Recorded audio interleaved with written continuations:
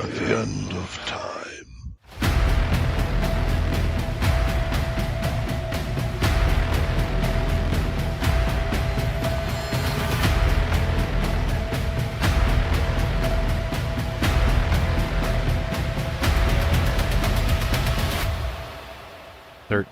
O'clock.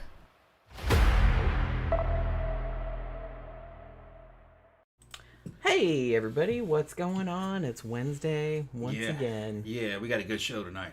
This one is this is a pretty messed up story. I actually didn't know this story. One of you guys, I can't remember who it was because it was a long time ago, but one of you guys recommended it and I looked into it and I was like, ooh, that would make a good that would make a good episode. And so yeah, I put it was in the poll a couple times, but it didn't win, but it won this time, like, overwhelmingly. Yeah, it's a cannibal story. Jen loves cannibals. I love cannibals. Jen's secretly a cannibal, probably. I'm secretly a cannibal. She's got this cannibalistic urge that she keeps under wraps. You think? No, when she gets bad, if I could say, man, if that dude ever hurt my cat, I'd eat him.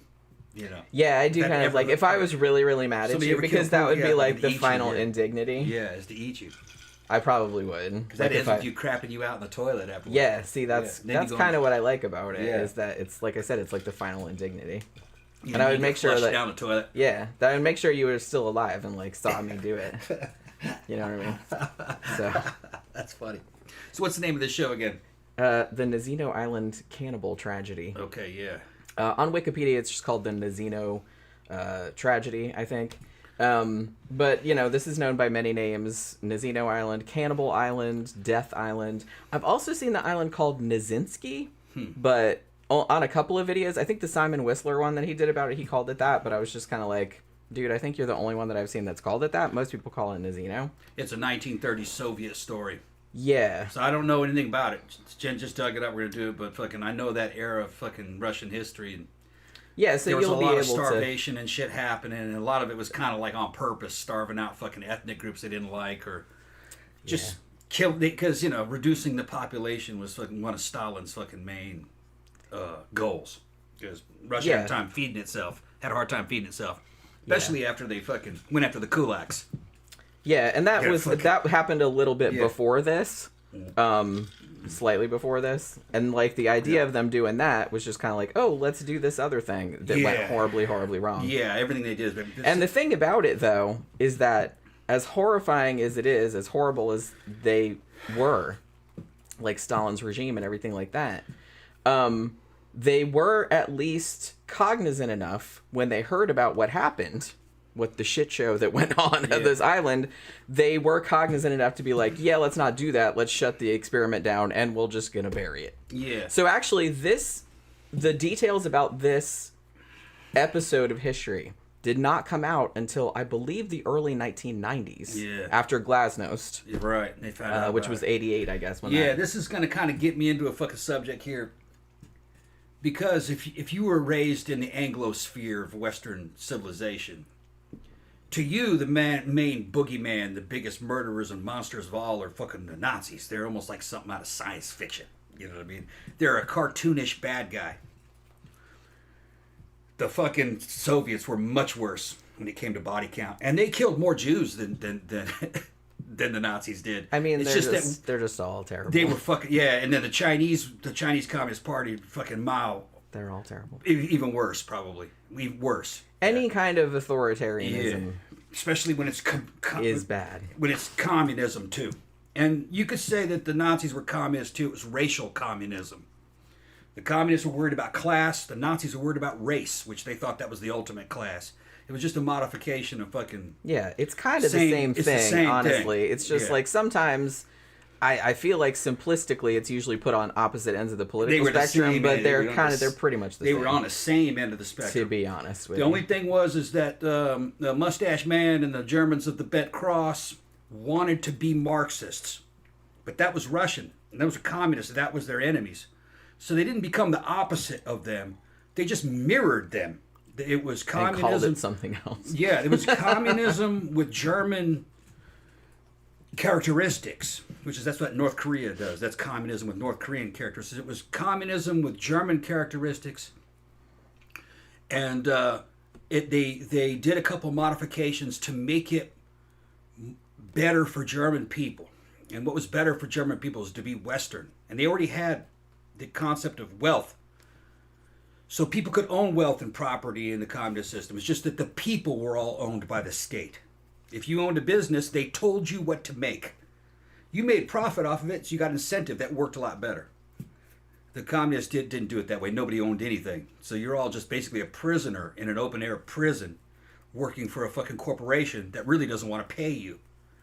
And they can't really feed you anyway. So your death is their gain, you know. Yeah, they're like... Yeah. In a capitalist system, paying taxes, you kind of represent money to the government. In a communist system, you just represent debt. You're just a hungry mouth to feed, you know. But still, the communists killed many more people than the Nazis did. A lot of it on purpose.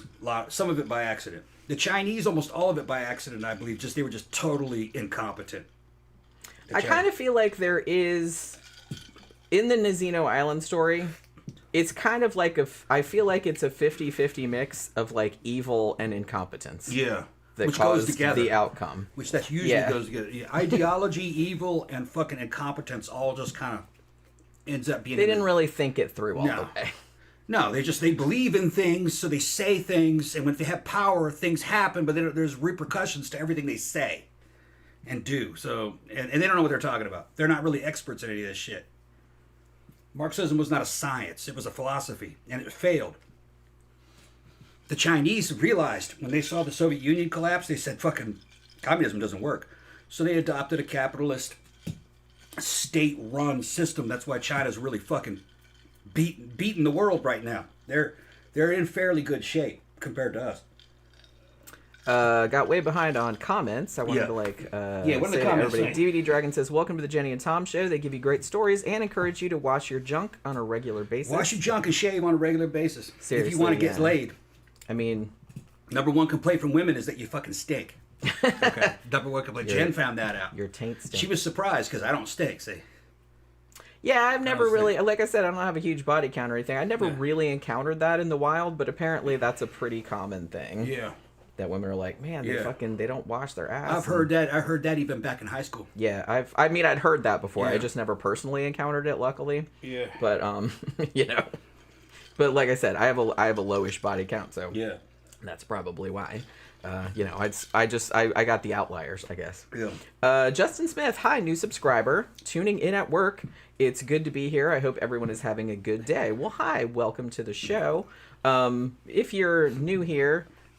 This is kind of like, you know, we do these live streams. There's a topic, obviously, but if you've been around here for any length of time, you know that we very easily get distracted and go off on, like, tangents about shit. Like, we try not to, but most of the time it doesn't work. But people seem to enjoy it, so you know what I mean. We try to keep on topic, like I said. But that's why we initially started doing the sidetrack show on Friday, because I thought that would get all of our distraction shit out, but it didn't work. It didn't work. No. But what's funny is that we make more super chats on fucking those shows than we do on these shows. We do, yeah, but that's okay. Our sidetracks, people love them. It's more of a hardcore, smaller crowd, and we're all talking about personal shit and answering comics and drinking. And of the weekend, and the Friday night show, like I feel like I can get drunker because it's Friday night, and also I don't have notes that I have to consult. And I have a topic that I have to stick to. Yeah. Like Friday night I don't, so I can just like can just get as drunk as I want to. My brother Zach. And talk about whatever. My brother Zach's, he's always good for a couple super chats. He's trying to play. He's always good for a couple super chats. High Desert said, how long did it take before they all ate each other? Well, they didn't all eat each other. But there were reports of cannibalism after only a week. But the conditions there were like so bad that actually does not surprise me. Yeah, this was not fucking an isolated incident in Soviet history. This also happened during the siege of Stalingrad, and it happened a lot on the Eastern Front. That's even reflected in some, horror fiction, like that's where Hannibal Lecter came from. Where was he? In Lithuania or something? Or I don't remember where it was. I can't remember now. He was on one of the fucking border states in between the Germans and the Russians, and cannibalism happened, and that started Hannibal Lecter's story. But that was happening. Stalingrad, there was a siege happening on it, and then when the Germans were defeated, Stalin continued the siege against Stalingrad to starve out the people there, the Russian people there, because he felt they didn't fight hard enough. That's how fucking cruel that bitch was. Yeah. And they were eating each other. They ate children. You know, even people ate their own children. That's how bad they got. Zach says, holy shit, when I first heard this story, it made me so depressed, and I think I had a nightmare that night, too. I mean, that does not surprise me at all. CB, hey, how you doing? Says, Thanksgiving 2024, which did we review it, or I just reviewed it, I think, has a woman cooked like a turkey and is offered to the other victims. Yeah, and they make her husband eat it. Like, she's all up there with the legs. This happens in this? No. Oh, okay. What happened? In the movie, Thanksgiving. Okay. The Eli Roth one. Okay, yeah, I didn't see it. Oscar, hey, how you doing? Jen, you've been making a lot of book reviews lately. Yeah, and actually, like, I'm almost 3/4 of the way through another Christmas horror book called The Sleigh. So I'll be putting up a review of it probably this weekend, because I have another review that's going up tomorrow that's actually a movie. But said, any chance you'd ever do The Screwtape Letters by C.S. Lewis? I guess so. I'm not a huge fan of C.S. Lewis. I liked, like, the Narnia books, well, the first couple of them. But I have been wanting to read that, actually. So I might get around to that. I did write it down. So I'll see how that goes. And I can read that for free online because it's in the public domain. Big Joe Grizzly says, I once hooked up with a goth BBW who had a musky cooch. Okay, yeah. So much so the smell didn't come off my fingers for 5 days, no matter how much I washed my hands. Holy crap, I can't imagine. I would have walked, dude. Do people just, like, not No bathe? cooch is worth that, yeah. Or... I mean, my ass takes That's a a shower, sign like, of a problem, actually. yeah, I mean, That's yeah. a sign of an infection. Either that or somebody that just never bathes. Because look, gonorrhea. because like, yeah, or or you having some kind of infection. Yeah. Because it shouldn't smell like that. But you know, I take a shower twice a day, so Yeah. so I don't smell like anything. A healthy woman, she produces all kinds of enzymes to fucking kind of like self-cleaning. Like They an shouldn't oven. smell bad at all.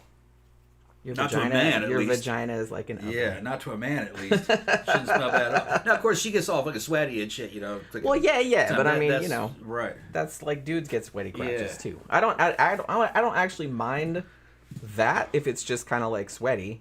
Yeah. But as long as it's not, 3 days and I haven't bathed. Back in the day, they used to tell women to douche all the time, but actually that was kind of caused more problems. It does. And you weren't really cleaning anything out, and fucking it didn't really matter.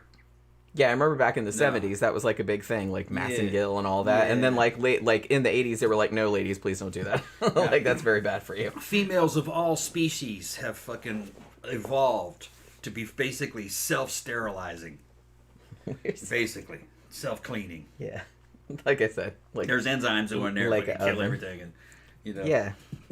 I mean, it'd be surprising if that hadn't evolved. Right. Because it's just kind of And if everything's open to everything, Yeah, and if everything's working right, there shouldn't be any unpleasant smell.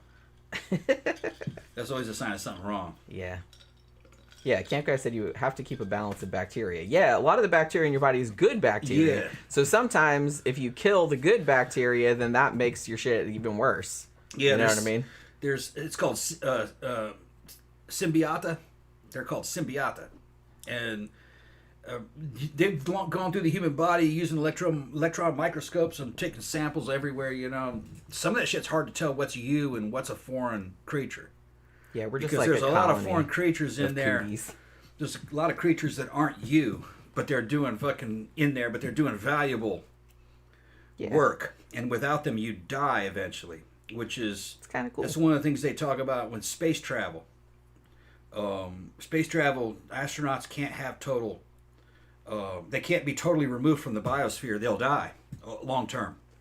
It's all this stuff about, generation ships going on for fucking 1,000 years through a fucking hollowed out asteroid. You better have a whole biosphere with you, because you'll die over the generations. Because there's symbiota. They're supposed to be living inside you to help you digest things, to help you fucking clean stuff and maintain you fucking can't live cells. without that You can't stuff. live without these things. All you little guys that are like hanging out on you, you need all of them. Which is weird. They're not parasites. They're symbiotes. Yeah. They're living off of you, and without them, you die anyway. Because we all evolved together. But it ain't you. Those little things running around in you. Yeah. That's kind of cool, I think. Yeah. That's all your little buddies. Yeah. You got little buddies whether you want them or not. You can't see them. They're microscopic. Yeah, it's all right. Yeah. Oh my goodness. All right, so let's see. The Wallace says Stalin is so fascinating and horrifying. By the way, have you ever heard of the Patesti experiment? I have not, No. but I'm going to write that down because I have this like.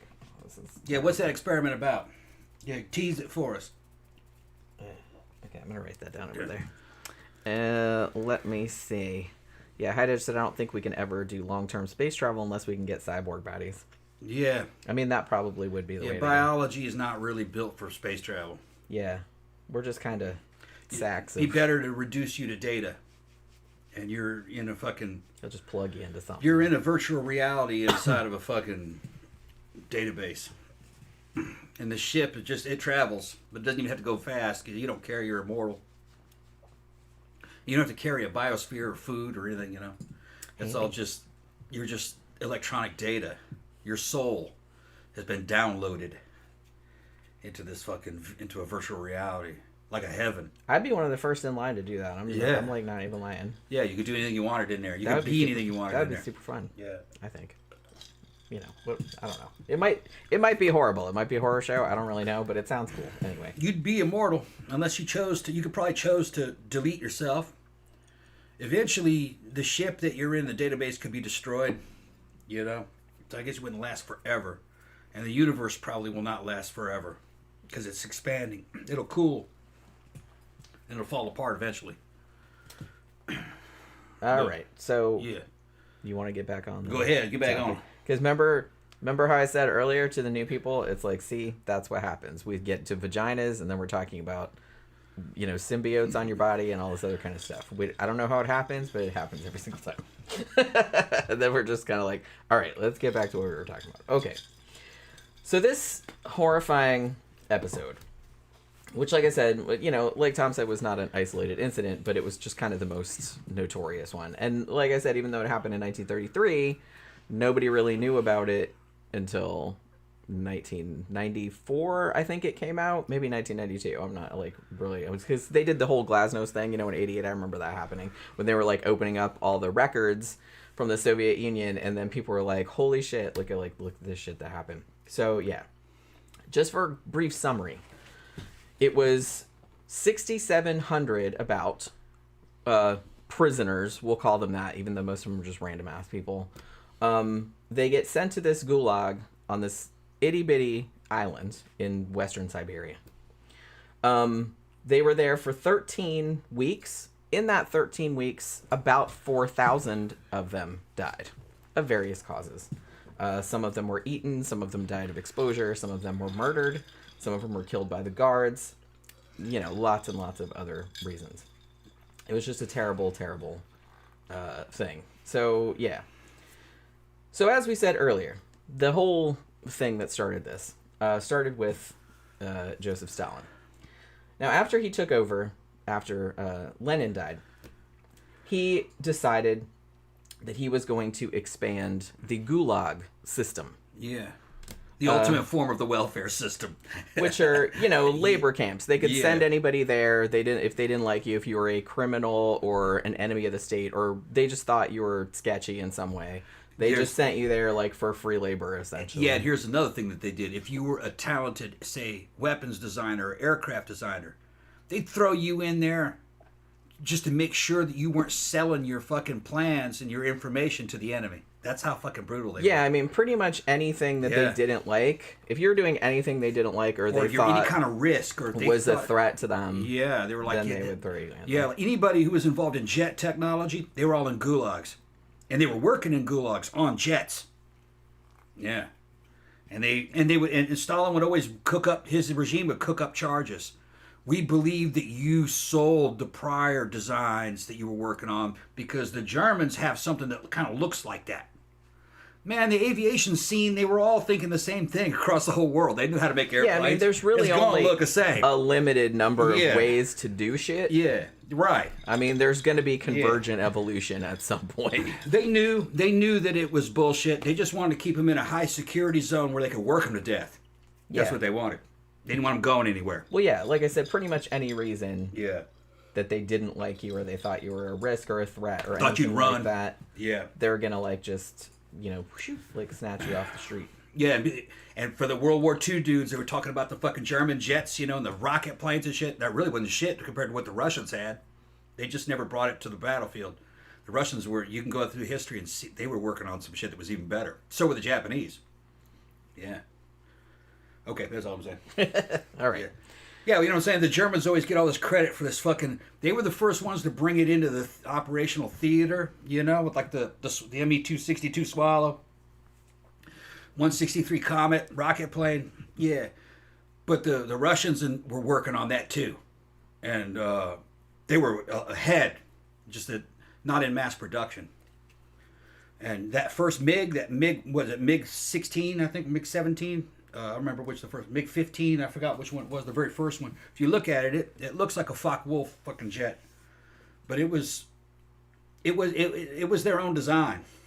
That's what I was saying, because some of these planes looked alike. Because there's only a certain way you could do things, Yeah, I mean, if you make it look too different, it's not going to fly. It won't fly. You know what I mean? So, like I said, there's only a limited number of ways you can do things that work, you know what I mean? Yeah. So, So during the early 1930s, what they were going to do with, in conjunction with the Gulag system, is that there was a whole bunch of land that was uninhabited in the Soviet Union.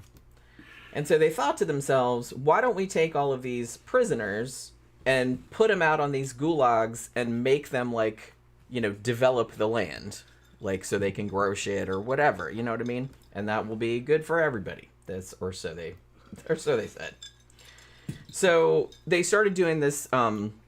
They did the program that they now call dekulakization, I guess. The kulaks were basically like farmers, peasant farmers. Yeah. I believe to be called a kulak, you were kind of still poor, but you had to own, I believe it was more than 3 hectares of land. They were the basic farming unit of Russia for fucking centuries. And Stalin got in his mind that they were rich and hoarding food. And he went in there and he wiped out the kulaks. And that was their farmers. He took their farms and put them in gulags and made them farm in and none of that shit worked. What that did was it supply interruptions, fucking famine. Don't fuck with your farmers. If a nation starts fucking with its farmers, you're getting towards a fucking collapse, a societal collapse, which Soviet Union collapsed several times. But it don't matter. If you don't care about killing people, people dying, collapse doesn't mean anything to you. North Korea has been collapsed for fucking 40 fucking years. All right? And they like it. That's how fucking primitive they are. They use it as a means of control and power. Sorry, Phantom's telling all these cannibal jokes, and I actually did laugh at this one. What do cannibals call a womb? A slow cooker. That's pretty good, actually. I'm gonna have to remember that one. Oracle's here. What's up, Oracle? Hey, what's up, you guys? Phantom's here.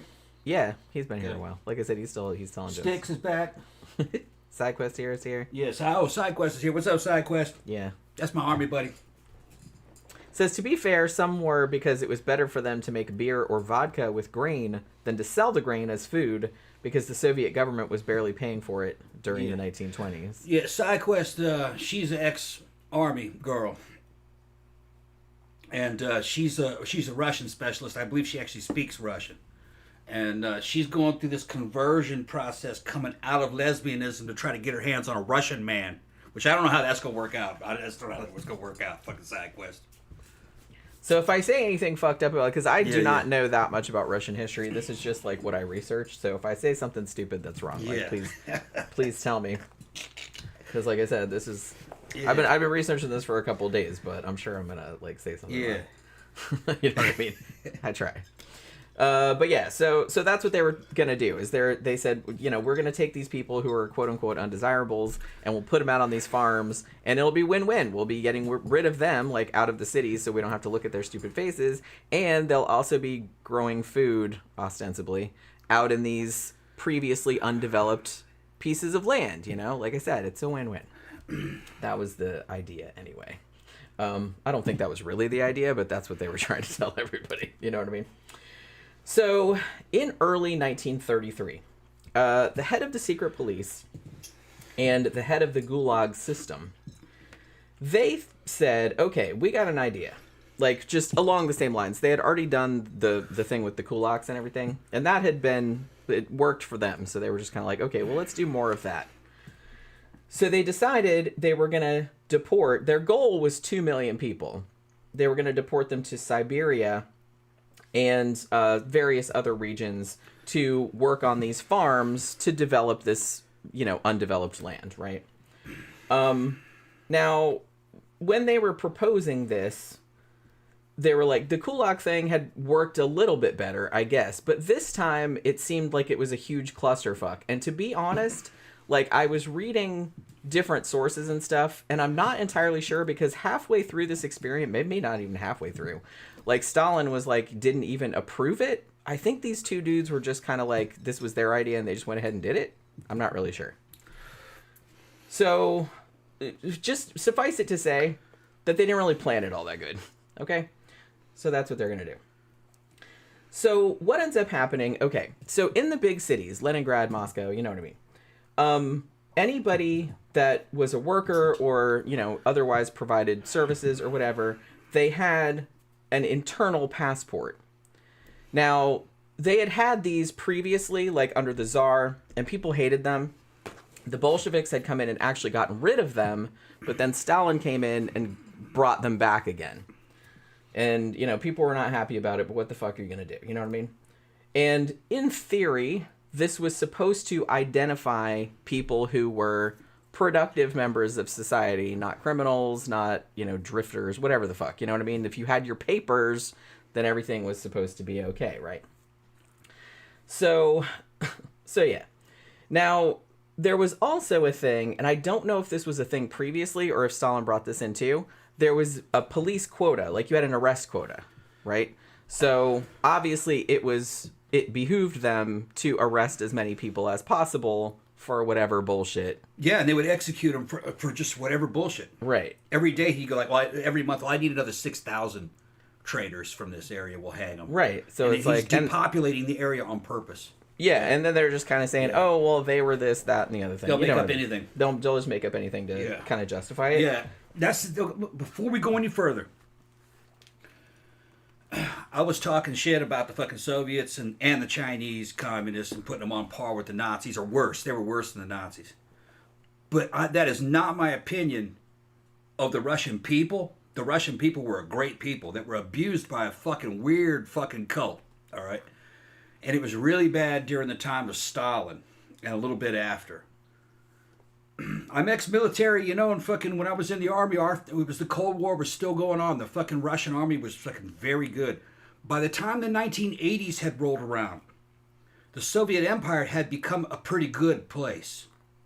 Now, it didn't have a free market. They didn't have all the same consumer goods and personal liberties that Americans had, but they fucking had video games. They were trying to build fucking sports cars at home to some guys. I've seen all kinds of crazy shit that Russians were trying to do in the 80s. It had kind of became a little bit more of a sane place, which kind of ended it because people realized that this is all bullshit. The economy didn't work. It fell apart. And because they didn't have even the basics of knowing how to fucking run an economy, millions of people died through the 90s, in the early 2000s. It took them a long time for the Russians to rebuild. The Russians are doing great right now. They're a main player. They're an intelligent, hardworking people, and they're very fucking tough. Educated. And so if we're talking shit about the Soviets, we're not really talking bad about the Russian people. We're talking about we're talking about an era in Soviet history where even Russians themselves were like, yeah, Stalin, he's a fucking asshole. That's what we're talking about. Well, the thing about it is that I don't think anyone would have got the impression, because honestly, it was just kind of the powers that be that just fucked with regular ass people. Yeah. You know what I mean? This is the thing. This is one of the reasons why I say that the communists at this era were worse than the Nazis. And I'll tell you why. The Nazis killed enemies. Anybody they thought was an enemy, they killed that person. But they were very loyal to their own people. If you were a good Nazi, they would go to bat for you. They'd fucking make a rat line and try to get you out to fucking Argentina. They did everything for you. Not the Russians. Not the fucking communists.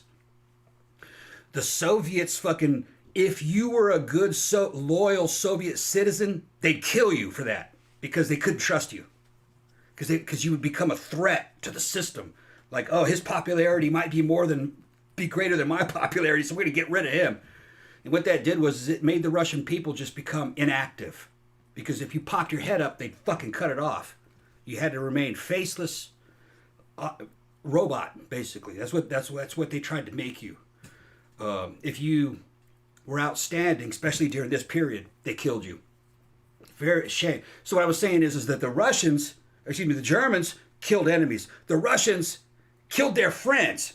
That's what they did. They killed their friends. Their greatest supporters, they killed them. So they're worse than the Nazis, yeah. Yeah, let's see. With the Nazis, you knew what you had. With the Russians, you could never trust them. Not at this period. No, it wasn't until later they got better. CB said, Tom and Jenny, what do you think human tastes like? Everybody says it tastes like pork. Pork, I don't really know. Which I can see because humans and pigs are very similar. And then somebody says long pig. Oh, yeah. Pork. Yeah. And then Murder Hornet said, what the fuck is long pig? Pig, that's the Vikings called humans. That's long what, pig. Yeah. Because like I said, because they tasted like pork. Yeah, the Vikings. I've never eaten a person. It's just that that's what I've heard. The Vikings were raiders, man, and they were young guys, and they didn't fucking pass up a free meal when it was meat. You know, they were protein starved. You wanted a lot of protein. So they just killed, after a battle, they just grabbed the fucking enemy dead. They ate those. They called them long pig. Hey, free meat. Yeah. Don't waste it. Why you want to bury that dude? It's an enemy. Let's eat him. Don't waste it. Yeah. Tammy says that Jeffrey Dahmer said that tattoos didn't taste good. So that was another reason to get tattoos all over your body so cannibals won't eat you. It's okay. Jeffrey Dahmer's dead. But I'm sure there's more of them running around out there somewhere. We got a super chat from Elysian. Thank you very much for the super chat. Hi, guys. It's my birthday. Happy birthday. Happy birthday. How old are you?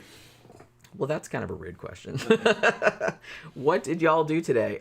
Just worked. Basically, I worked on the show. I did some graphic design stuff. Like, that's what I do for my regular job. And that's about it. Ate a sandwich. That's about it. Yeah. Justice says Stalin and the NKVD were fucking, what did he say? He said they were truly nightmarish compared to their foes. Yeah, very much so. 'Cause in a way, they were smart and ruthless, and fucking their ideology wasn't one really based on anything that was logic.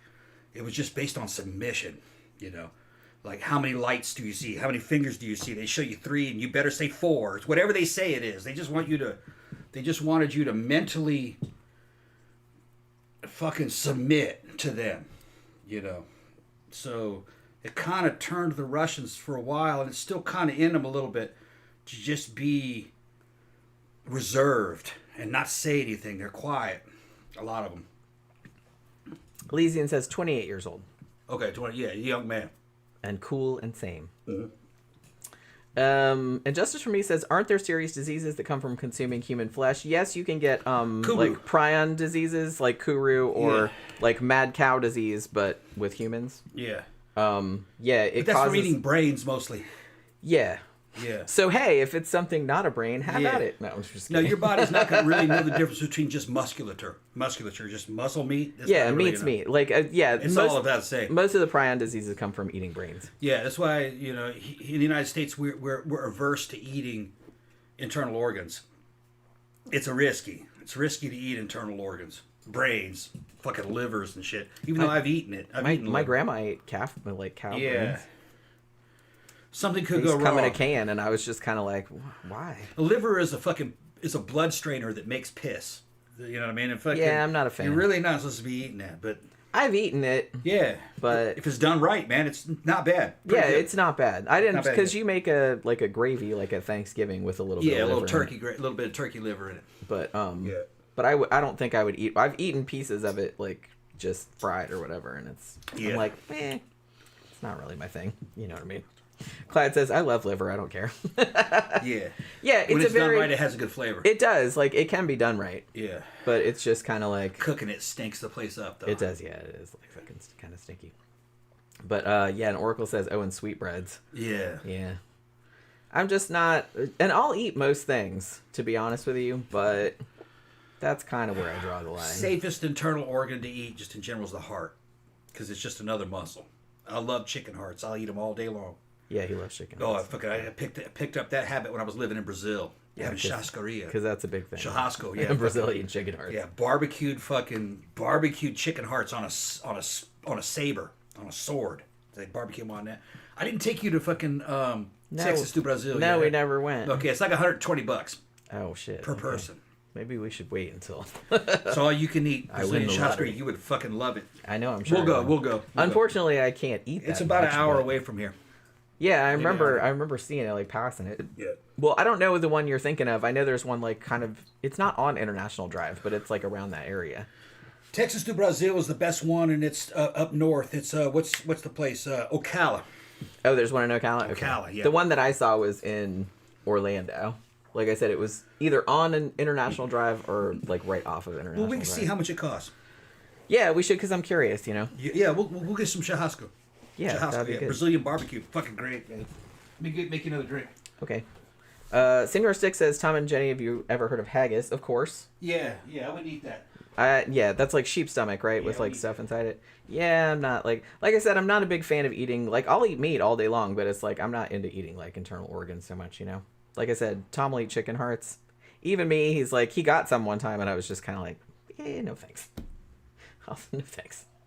Or like because I know like tongue is a big thing, and all that other kind of stuff. I might be open to eating that if it was prepared right, because I know they have like tacos and stuff like that that have like tongue meat in it, but I don't know, man. It's just kind of gross. It's just kind of gross.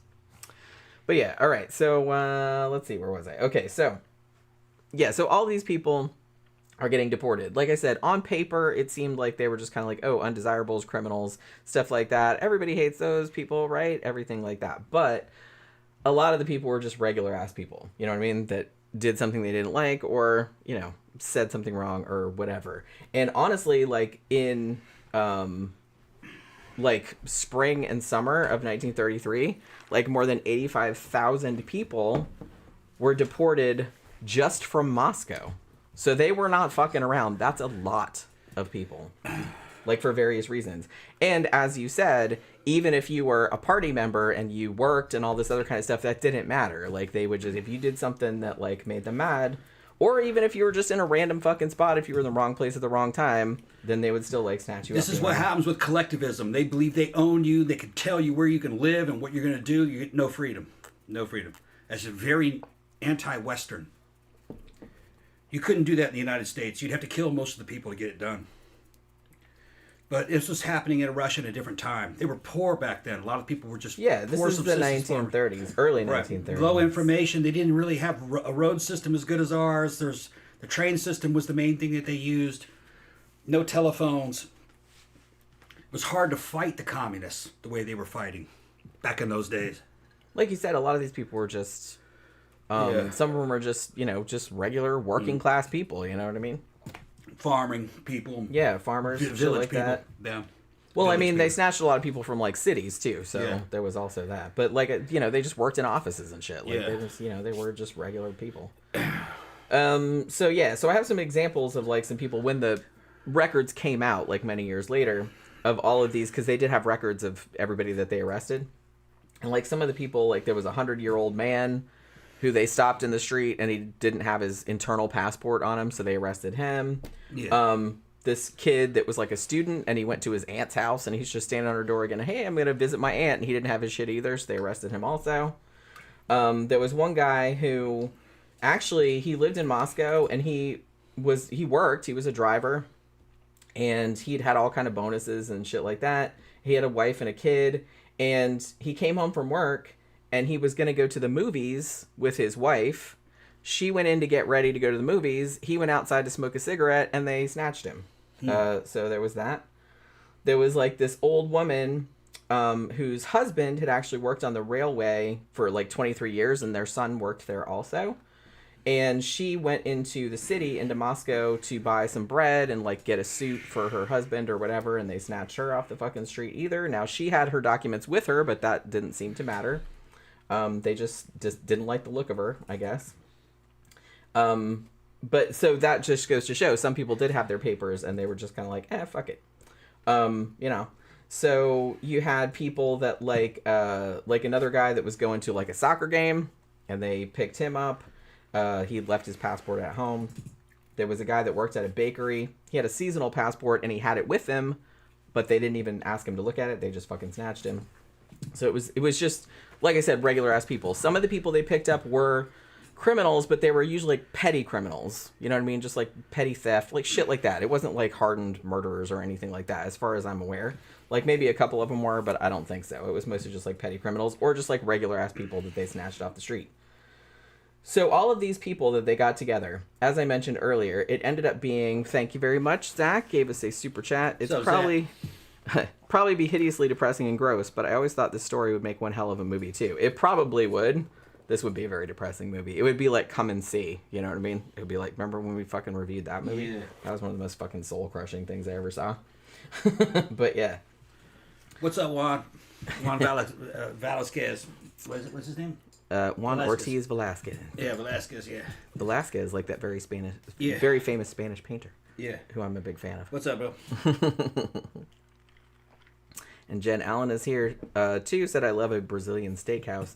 Yeah, I don't think I've ever been to one, and he keeps saying it's like, yeah, but then I keep forgetting about it. I keep forgetting about it, too. I didn't remember it either. In this area... So it's not like I've been sitting here stewing about it. I forgot We'll look it up, but usually for the real thing in the American market right now, because there's a lot of beef, all you can eat beef, all you can eat pork, all you can eat chicken. Everything is all you can eat. It's a buffet. But it's not really a buffet. They come bring it to you. It's tableside service. Yeah. I went to a restaurant in Disney that was like that. That was like Polynesian, where you pay, how much is it? Is it $50 or $75? I can't remember. Yeah. And then they just bring you, they have a set menu, but they'll bring you as much of it as you want. Yeah. Like they'll just keep bringing it. Here it's probably going to be about $110. Yeah. Worth it, though. You just better focus on the good shit and just eat it. Now wait, is $110 a person? A person. Oh shit. Yeah, that's why it doesn't really come to mind. You're talking about that's $110 a lot. a person. Because like I said, the one I ate at Disney was I think $50 a person, or maybe it was $70 a person. I can't remember. Well, and you could eat as much as you want. We'll check this local one here that you said you know about here in Orlando. We'll see what they want. Yeah, I mean it's far. It's out by International Drive. Yeah, which is farther than downtown. That's less than an hour though, isn't it? Yeah, less than an hour. Yeah. It's probably about 40 minutes, I would imagine, 45 minutes. Texas do Brazil in Ocala, I think, is about 45 minutes here from there. Isn't Ocala about 45 minutes probably? Something like that. I mean, my mom lives in Ocala, and that's about an hour away, but it might not be. Okay. It's only 15 I mean, she lives out in the back end to be honest. We'll figure out what it is. I've been to that one, though. That one was fucking great. Yeah, see, I've never been. It was the real thing. It was authentic. Desserts and everything. They had king gene, just beautiful fucking egg custard with coconut on the bottom and caro syrup. They had everything. Didn't we put that in the cookbook? Yeah, I think king gene in there. I'm pretty sure we did. Yeah. Senor Stick says, Jenny and Tom, are you familiar with Green Inferno? Yes, I am. That's Eli Roth's take on Cannibal Holocaust, is it not? I remember seeing it. I don't know if we reviewed it or not, but we did watch it. Probably like a year ago now, I want to say. It's good, but it wasn't as fucked up as some of the cannibal movies from the 70s, I want to say. Cannibal Holocaust still looks like a fucking snuff film, I think. But again, I liked it. I thought it wasn't as bad as I was expecting it to be. Because I was like, oh, it's Eli Roth. It's going to be like really fucked up. But it wasn't. It was bad, but it wasn't that bad. I've seen like way worse. And I know I sound jaded, but you know. So what was I talking about? Okay, so all of these people, just random ass people, getting snatched off the street. And as I mentioned earlier, this amounted to about 6,700 people altogether. And what they did was they set up like these kind of transportation hubs where, you know, with railway cars, you know, just like the Nazis did. That's the most efficient way to send people to their deaths, right? So they got everybody together and they put them on these trains. They had trains going from Leningrad and trains going from Moscow. So on the train journey, which I'm not entirely sure how long the train journey was, but it was apparently like pretty long, because they had to give them like a daily ration of food. And the daily ration of food for each prisoner was 11 ounces of bread. And shit started pretty early because obviously like people that were bigger or stronger and like just beat up like the old people and took their bread. You know what I mean? So there was bread that. doesn't have any nutritional value anyway. It doesn't, but like I said, when that's the only thing they're giving you to eat, then you can be damn sure that everyone's going to try and get as much of it as possible. Just calories. It'll keep you alive, but that's about it. You'll still waste away. Yeah, It's just, eventually. Just dead at calories. That's all it is. You'll get all kind of like fucking rickets and scurvy. Without protein, you can't what. replenish cells well. Just. But that's all they gave them. Like 11 ounces, that's like not even a pound. That's like fucking, that's a tiny amount. Yeah. They're trying to kill them. Yeah, they're just kind of like trying to winnow out the weak ones. Yeah, exactly. So then they get the ones out, and then they have these barges that are going to Nazino Island. Now, Nazino Island, I don't believe that the island itself has a name. I think they just call it, because it's really small, they just call it Nazino Island because that's the name of the village or whatever that was on the other bank. You know what I mean? It's just this tiny island. It's less than 2 miles long and only 660 yards wide. So it's a tiny, tiny island. And there's really nothing on it. You know what I mean? So they put all the prisoners on these barges. And then the barges are going over to this island. And I guess the journey was like 2 weeks. So I don't know why it took so long to get to this island, but it's in the middle of this, the Obe River. Yeah, OBE? It's just OB. OB? Okay, Yeah. Obe River. Weird. In western Siberia. Yeah. And there's this little bitty island like in the middle. Took 2 weeks to get there. That's what it said. Must have been a lot of stopping. Maybe. And the thing's moving slow. So they cram them all in these barges, and then they downed their rations to 7 ounces of bread a day. Now, on this journey, 27 people died on the way to the island, so they didn't even make it there. You know what I mean? Because they were, like, really stuffed together. So, you know, I'm sure fucking starvation, disease, whatever the fuck. So, May 18th, 1933, the people that survived arrive on the island. This consisted of 4,556 men and 322 women. I think that's what it says. I'm getting so blind. 322 women. They get off on this island. So the only thing they gave them at first, they dropped off 20 tons of flour. What I heard, I don't know if this is true or not, was that they just dumped it there in a big ass pile and were like, good luck. Make some shit out of that, huh? And then left. Yeah. Here's the problem. This island had literally nothing on it. They didn't bring any tools for them. There were no ovens. There were no anything like that. Well, the people that delivered them probably weren't given anything to help them anyway. That's what I'm saying. There's nothing they could do. So they just dumped a bunch of flour, and they were just kind of like, yeah, okay, have fun with that. Yeah. And so some people were just kind of like, well, immediately they began fighting over the flour. And then all you could do really was just eat the flour. Was they took the flour, like they'd put it in their hats, and then they'd go mix it with like the dirty ass water and just drink it. Yeah, make a paste, yeah. You know, so some of them got like dysentery from the yucky ass water, and some people also got kind of respiratory problems, like from breathing in like all the flour, because they left them there to die, basically. I mean, it seems like a lot of them did. So mission accomplished. Yeah, you know what I mean. That's how they did shit. Mm-hmm. That's how the Soviets did shit back in this era. Yeah, they were fucking horrible to their own people.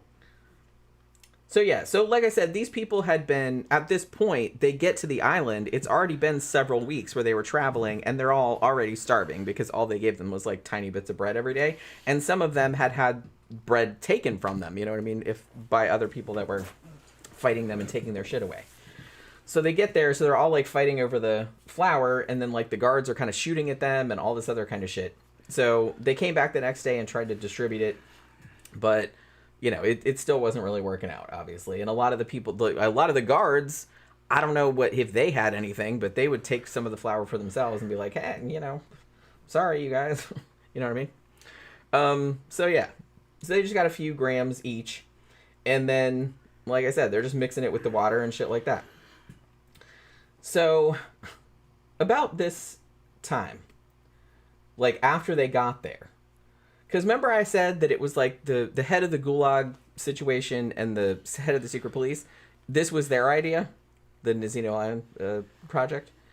And I guess after all these people had already arrived there, this idea of theirs finally hit Stalin's desk, I think. And Stalin was like, nah, I don't think we should do that. But it was too late then at that point because it had already been implemented. So yeah. So the people get there. Like I said, this is a tiny fucking island and there's like hardly anything on it. So some people were immediately like, okay, I gotta get the fuck out of here. So they start like trying to build rafts or shit like that. But the thing about it is that the water around it, like the river, is, you know, freezing cold. So if you fall in there, you know, you'll die. Like you'll have heart failure. And this is within days, huh? Yeah, it's honestly, it happened like really quickly because they're thinking right. Those people were saying, if you're in a situation where you have to escape, don't wait. The longer you wait, the weaker you'll become. You have to escape as soon as you realize you have to. Yeah, and some people did. It seemed like they're just like, we're gonna get the fuck out of here because you're not so badly malnourished that you won't make it.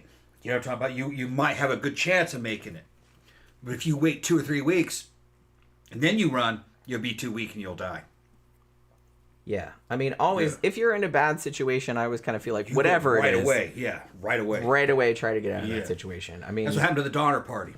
They should have gotten the fuck out of there. But they stayed there. Don't succumb to the sunk cost fallacy. Yeah, right. Yeah. Because, like, it's got to get better. It won't. Just... Cut your fucking losses. They thought somebody was going to come and help them. You know what I mean? No. But like I said, it does seem that when the people got to the island, because they had endured such a shitty fucking journey all the way there, because it was like disease and shit like that too. So some of the people were already weakened when they got there, were weakened by starvation, and they were like, okay, we need to get the fuck out of here. So some of them like tried to like build rafts and stuff like that. Problem is that the guards would not let them up. Few people did actually make it to the shore, but then the guards would kind of go around on the fucking thing and would like fucking shoot them. Okay, so or would shoot them in the water, and shit like that. So a lot of people, and after a while, like the guards started to like enjoy it. Yeah, well, they're definitely trying to kill these people. Yeah, and from what I heard, like a lot of the guards were recruited. They were like the worst criminals. You're right. Like, so they were just kind of like, hey, want to go to this island and like, you know, watch over these people. Yeah. And so they would start like hunting the people for sport and just like executing them for no reason. The Germans were doing the same thing when they were trying to basically exterminate the Jews. In those concentration camps, the people that doing it weren't normal German citizens. They were German criminals from prison. They would put them in there. They were called capos. And the capos did most of that nasty shit. And then they would make other Jews actually run the death camp or the concentration camp. But that was just a typical thing for these ultra-authoritarian fucking genocidal regimes, is to recruit criminals as law enforcement. Yeah. Ooh. Yeah. And it's because they want to kill you. They can't get a normal person to do that. You know? Yeah. They're going to go get... I mean, a normal person would be like, no, man, I'm not going to... But yeah, if you get some criminal, they're like, woohoo, sign me up. Saddam Hussein, when he was running Iraq, that's what if he wanted torturers and people that could torture other people, he would just go into his prison system and say, who likes to torture women? You know, this guy does. Yeah, okay. You're so good at that. Yeah, and who do I have a job for? Do we have any gay guys in here that like to torture, maybe eat men? Okay, yeah, you're gonna come. And then they'd say, look, we're gonna take you out of prison. You work for us. We're gonna give you a house and everything. You know, you're gonna be loyal. Like, oh hell yeah, we're gonna let you kill people. Oh yeah, I'm on board. That's how. Yeah, most fucked up people would take that. Yeah, because I'm gonna like, no, I'm a serial killer. I'm gonna stay here in prison. No, you're gonna go. Oh yeah, I'll help you. Sure. Give me whatever woman you think is your enemy. I'll do whatever. I'm gonna have fun with her. I'll tell you, and I'll write down everything that she said. We'll see. Okay. Yeah, it's that kind Yeah, of shit. it's that kind of shit. So that's kind of what they did in this situation too. And it seems, like I said, it seems to have had the intended effect, because these guards really did seem to have a very good time fucking with these poor people. Yeah. Taking their food away. They would take like little pieces of bread and like throw it in the middle of the people and like watch them fight. They would do that kind of shit. Yeah, and it's like everybody that escaped, they would just like fucking shoot them. They would start shooting people for like stupid reasons. Shit like that. So, yeah, it was that. And the thing about it, too, was that another thing that contributed, not only did they not provide them any tool, because ostensibly the whole purpose of this project was to cultivate this supposedly arable land, right? But the thing about it is that, one, they didn't give them any tools or resources to do that.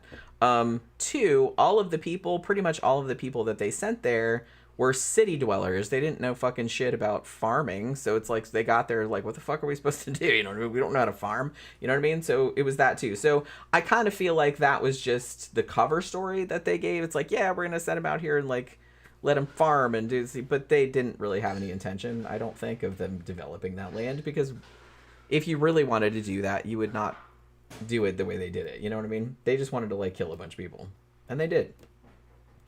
So, yeah, like, the guards were forming gangs. The thing about it, though, is that the people on the island, probably understandably, were also kind of forming gangs, because the ones that were, petty criminals or were bigger or stronger than the others, they would kind of, like, form their own gangs and try to get food off of the weaker ones. Because, like I said, a lot of the people they sent there were, like, elderly, you know what I mean? So, or weak in some other way.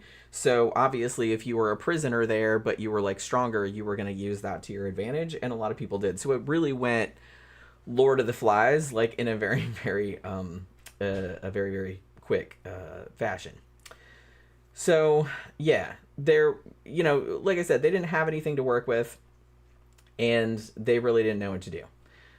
So people started trading shit for food. The fewer women that were on the island would trade sex for food. Some people would pull out their gold teeth and trade those to the guards for food. Shit like that.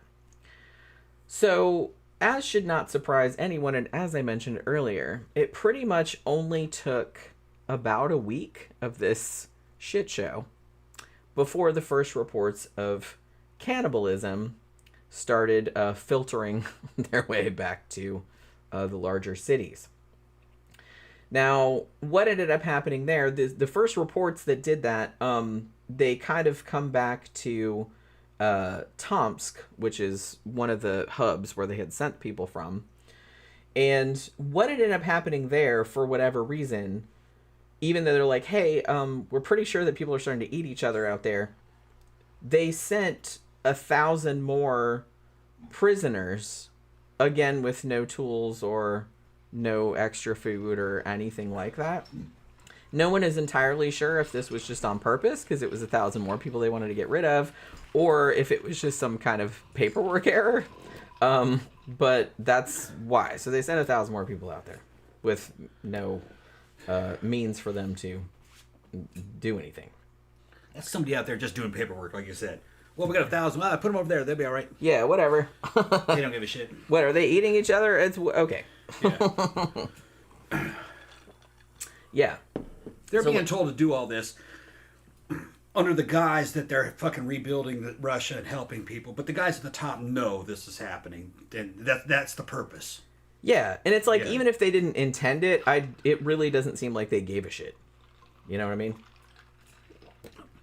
From my readings, they probably did intend it. I kind of feel like they intended to. They're like, well, just send them over there. Yeah. It's like when you just throw something away and just forget what happens to it.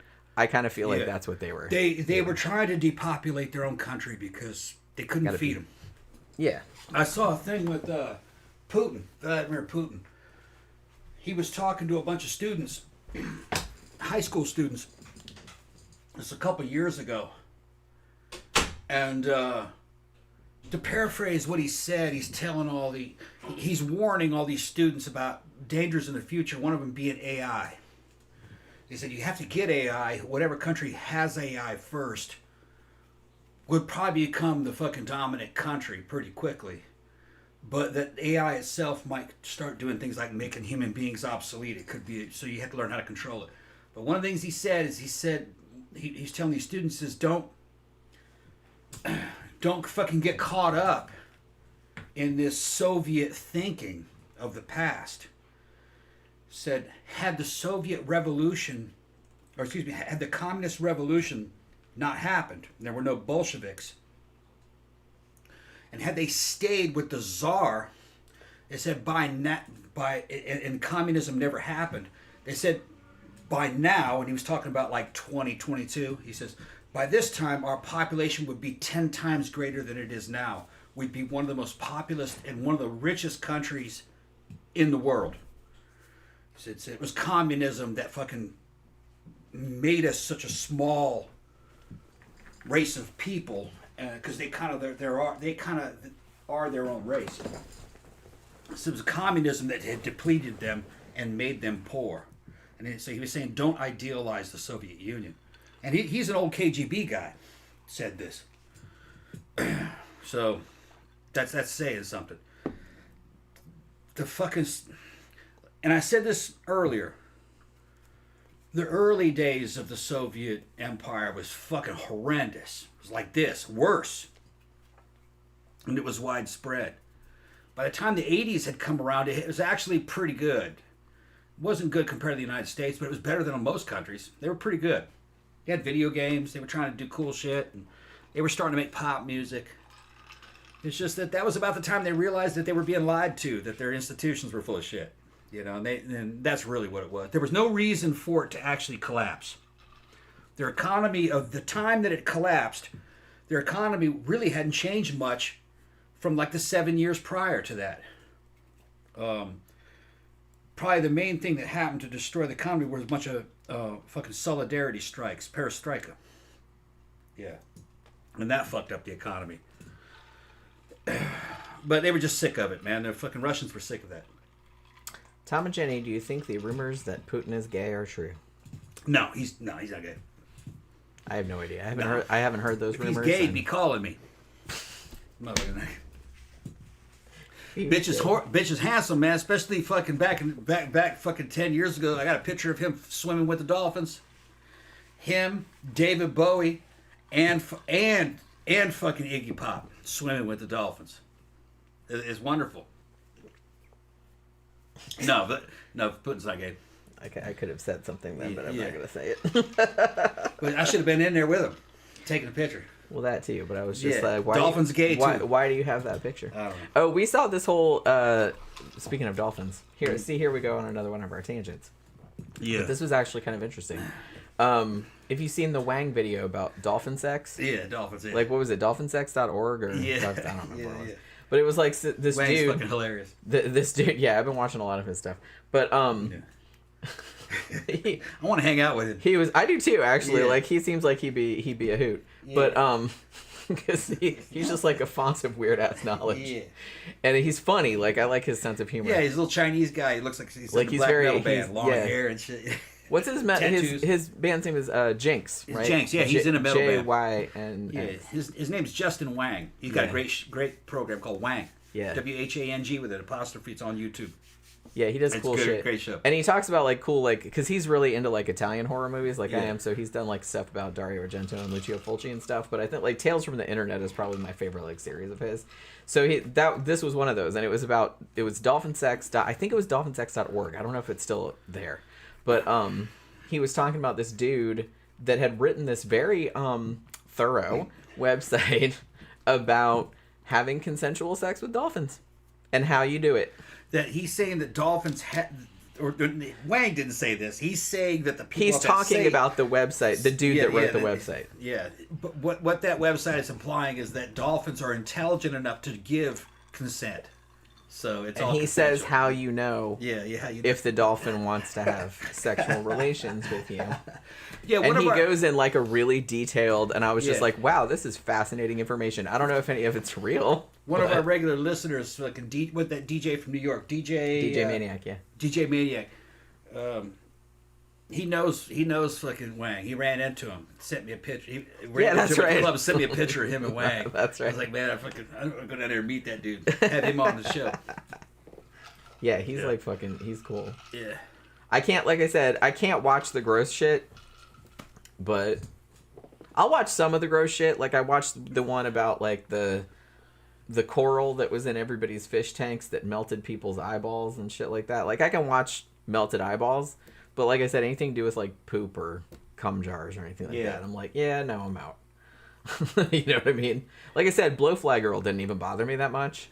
That was kind of gross, but it didn't gross me out as much as some. I like the stuff when he gets into like the old forgotten data. Yeah, I like lost media and old internet shit that was out there. Yeah, I was watching last night. I watched like a 2.5 hour like lost media one that was like a compilation. That was actually really cool. Like lost games, lost episodes of TV shows, like shit like that. It's really interesting. But it's like he makes me feel a little bit old sometimes because the video that he just put up was about Jesse Camp from MTV. He was that guy that won the Be a VJ thing. And so when Wang was talking about all the VJs, he's like, oh, there were so many iconic VJs. And the ones that he mentioned, I was like, who the fuck are they? I thought he was talking about the 80s ones. Like fucking Martha Quinn and shit. And I was just kind of like, what? I don't know who the fuck these people are. Because honestly, I had stopped watching MTV probably in the like mid 90s. I think I was still watching it sometimes like in 94-ish, but I think like after that I didn't really watch it anymore. So like any VJs or shows or anything like that happened like in the late 90s, I'm just like, I don't know who the fuck that is. I kind of vaguely remember the Jesse Camp situation, but I wasn't really privy. I wasn't really watching it. So, but he put up a video about that guy, if you remember that. If you're younger than I am. You know, if you're younger than fucking old, if you're younger than Gen X. Because I remembered the 80s ones and kind of the early 90s ones, but I didn't remember any of the other ones. But yeah. So there was that. But he likes a lot of old movies too, so he doesn't make me feel that. And a lot of the references that he makes are like Gen X kind of references, even though he's younger. So I was kind of like, okay, so I don't feel too bad. But yeah, so let's see. SideQuest said MTV got boring. Yeah, I mean, that's I kind of feel like I liked it when I didn't watch it during the day. I didn't watch like any of the shows or anything. I used to like the late night shit, like they'd like 120 Minutes, and they used to show like old British, like the old British TVs, like the comic strip and the young ones and shit like that. I used to like Liquid Television and Postmodern and all that kind of stuff. I used to watch all that. But that was like late 80s, early 90s. I didn't really like watch it. Were you talking about the old MTV DJs? Yeah. VJs? Well, because I said when I watched the first part of that Jesse Camp video, he was talking about MTV VJs, the iconic ones, and the ones he mentioned, I was like, who the fuck is that? Yeah, the ones like, from the 90s. Like, I didn't know who the fuck that was. They were like all from like the mid to late 90s, and I'm like, I'm pretty sure. I know who Carson Daly is, but that's about it. Me and Jen came up with the 80s ones, like the cute-ass Martha Quinn. Remember her? Martha Quinn? J.J. Jackson. Yeah, I remember him too. J.J. Jackson. I think he died, actually. Yeah. That dude who was the other? Who was the guy with the big, like, leonine hair? I don't remember. What the fuck was that dude's name? I can see his face, but main ones I remember is J.J. Jackson and Martha Quinn. And there was the British guy. Yeah. The blonde British guy who's in all the new wave music. Him. Yeah. And then I liked the dude that hosted 120 Minutes, like the dude with like the mohawk. He didn't really have a. Well, was it a mohawk? Kind of. He always had like a leather jacket on. I think by the time 120 he was British also. I was in Brazil when that came out. So I didn't see that. That was a good show. That used to be on like Sunday, like late Sunday nights. I think it was on midnight to 2 a.m. or something. And I always used to stay up and watch it. I always taped it. Like I'd always fall asleep before it was over, because I had to go to school or work the next day. You know what I mean?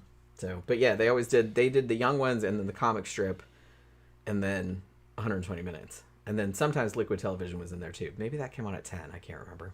But yeah, I used to like watch that Sunday night. But the rest of the time I didn't really watch it, because they didn't play anything good like during the day. It's only at night they played good shit. Tom and Jenny, would you have gone on The Real World? Oh fuck no. How much did they pay? Yeah. That's kind of an important question. If they paid like a fuck ton of money, yeah, I probably would. But if they didn't pay you anything, or you just like were doing it for attention, fuck no. It wouldn't be worth it. It wasn't reality TV anyway. That shit was all fake. Well, all reality TV is fake. Senor Six said, you seem like the type for the real world. I did watch the first season of it, which was like, when was that? Like early 90s? Yeah. That one was pretty good because that was kind of before, when reality TV was still kind of a new concept. And so it wasn't as exaggerated or as edited or anything like that. They were genuinely mostly like trying to capture what all of these strangers living together would be like. Obviously it was edited and stuff like that, but they weren't trying to hype it or anything like that. I kind of feel like as time went on, they were just kind of like, hey, let's make these fake scenarios where we're going to put them naked in a hot tub. And I was like, they didn't really do that on the first season. And so that one was like a lot more like chill. So I kind of liked that one better because it was a lot more normal. And it was just, the people were kind of normal. Like, after that, you kind of got people that were just on it because it's like, oh, this will launch my acting career. So everyone was, like, performing. Yeah. You know what I mean? Like, instead of being real people, which was kind of the whole point of the exercise. But that's why I kind of don't like it as much. The only, like, reality shows that I like are, like, I like cooking shows. Like, I like Gordon Ramsay shit and that show where they make crazy cakes and shit, like, with themes. That I like stuff like that, but anything where they're like, hey, real people living in a house together, and I'm like, those are not real people. They're just like acting like that shit was only types. That shit was only around because there was no social media yet. That's all it was. A lot of TV was starting to try to trend towards something kind of like social media, but you can't do it on a television platform. You know, fucking yeah. Even in the 90s, I like to go to message boards more than television. You know, talk about AK rifles and different kind of rifles and shit like that, and other subjects. That ended up becoming social media eventually. It all started to get combined with audio visual, where you can make your own videos and upload it and do live stream. Like we could have only imagined that back then. Do you know who imagined all this and he was right? David Bowie. Yeah, well, he was. I saw an interview with him, and he goes, well, we're all being controlled now by television and movies, and they're telling us what reality is. He says soon the internet's going to be so powerful, every person will be in their own reality, and they will all be telling each other what reality is. He says all this is going to go away. He was absolutely right. He was talking about social media coming. Yeah. I don't think cable television here in the U.S. is really much long for this world. I don't believe they're not making. Well, everything has just gone to streaming services. Yeah, because there's like a million streaming services. People don't want to. That old format is fucking dinosaur. Well, yeah, you just want to watch what you want to watch. Yeah, you don't want to fucking be fed this bullshit. Watch it. The only people watching that are very, very old people. CB said MTV is now girls going to get their assholes bleached. Yeah. To be honest, I might watch that. That might be okay if you did it right. It has never once occurred. I know people would go get their assholes bleached, but it has never once occurred to me to go do that. You don't need that. I would hope not. I mean, I can't see my own butthole, so I really wouldn't know. But Tom says you don't need that. You're good. You don't need that. You're good. Yeah. I just can't. How does this happen? How does this happen? You fucking brought it up. Well, no, I didn't bring it up. CB brought it up. Yeah, okay. I just read it out loud. That's all. I mean, we got videos of that. Yeah, that's true. Yeah. I mean, I don't know if we have video of that specific thing, but we do have things like... if you looked hard enough, you probably could see. If you looked hard enough. Yeah. Like a microscope. Yeah, no, there's no discoloration. It's all normal. SideQuest says, didn't they do a study that shows that watching Jersey Shore literally lowered your IQ? Probably. I don't know if they did, but that would not surprise me if that was what they found. And then CB said, would you go on Big Brother, US or UK? Like I said, probably not, unless it was like a lot of money. But honestly, I would probably want to strangle every person on there because they would annoy the fuck out of me. Is that shit still around? I don't know. I don't even think that still exists. Like I said, we don't know. We haven't watched television in years, maybe a decade, huh? Like I said, only reality stuff I watch. I don't watch. I think we have cable. Do we have cable? Yeah, because it comes with the Wi-Fi. Free with the Wi-Fi from the housing. But we don't unit. Like if I want to watch a show like Gordon Ramsay, I watch it on Hulu. Yeah. like the next day. Yeah, I don't watch it through my Xbox. through the Xbox. Like I don't watch it on TV. Yeah. Why would you? Like that's a loser move. We have smart TVs, but I got my Xbox hooked up to it, so I'm playing video games, and we just we go through all the fucking apps through Xbox. Xbox is no joke. I need to get a new one eventually. Yeah, that one's kind of old. I was gonna say because you got that one used, didn't you? No, it was new. Oh, was it? It was new. It's just that's an Xbox One. But it wasn't new when you got it, is what I meant. It wasn't the newest one when you got it. No, it was the newest one when I got it. Oh, okay. But now the next generation is out. Been out for a while. But I don't know the difference. I know it can process more. The games are better on it. And I guess I can still go through there and access all the games that I bought, which I would imagine so, because they're not really in the game. They're not in the game. They're not in the console. They're in my account. So we'll see. Almost time to buy another one. Yeah, and Justice for Me said it's strange. MTV doesn't play music anymore. Travel Channel is all paranormal, etc. Yeah. And as far as I know, I don't know, but isn't Discovery Channel and History Channel, isn't it pretty much all like conspiracy theory shit? Like ancient aliens and stuff? Yeah. I don't think there has any history on History Channel. Although I will say, like just from looking at Hulu, I'm pretty sure, and I think it's History Channel, they did that great series like the blank that made America, like the toys that made America or the men that made America or something like that, and that's an excellent fucking series. I think I've watched all History of those. Channel's on YouTube. They have all that shit. Well, like I said, it's on rent. Hulu also, like Yeah. all the shows are on there. And there's one that I got really into called what's it called? It's the one where they take like a disaster, like, hey, this apartment building collapsed in Miami or whatever, and they show like how it happened, like what led to it. What the fuck is the name? Like Disaster Autopsy or disaster, something like that. And that's like fascinating. And they use like 3D modeling, like to show exactly what happened and like what caused it. CB like said, the space shuttle blowing up or shit like that. You know what I mean? CB said I gave your butthole a glowing I endorsement. know. Like I said, I can't see it. I don't know. And it's not like if we do a video, it's not like I'm like staring at it or anything. It's just a regular butthole.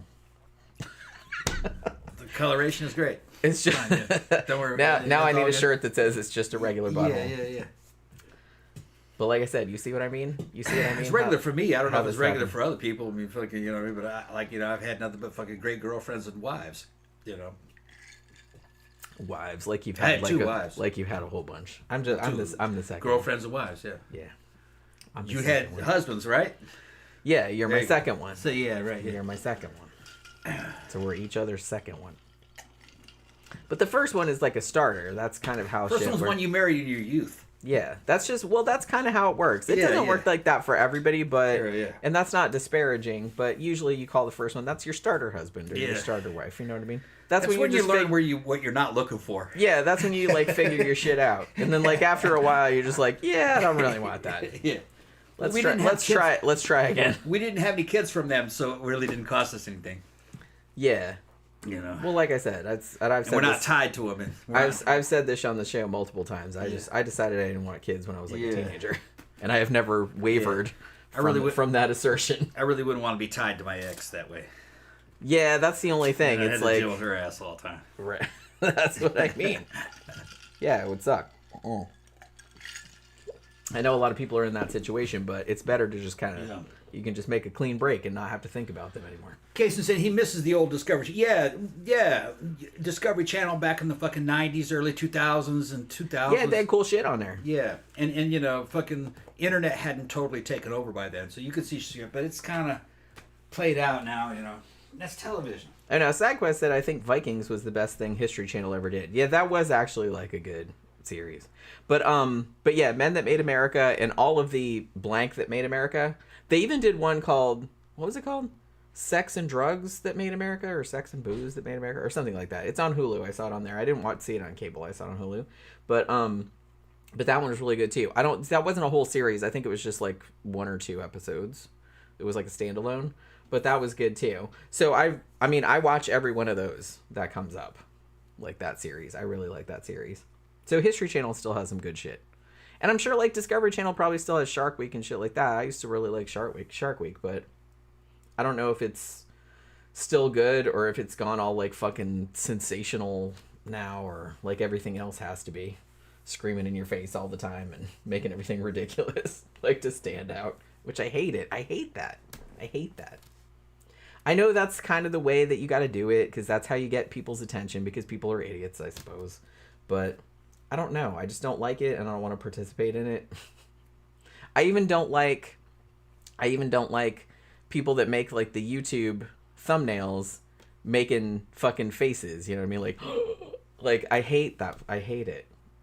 I just hate it so much. Like, and even channels I like do it, but I'm just like, would you stop? It's like, I'm gonna watch your stuff anyway. Just like knock it off. It just makes me so mad. But I guess it works, and that's why they do it. I'm not gonna do it though. I think it's dumb.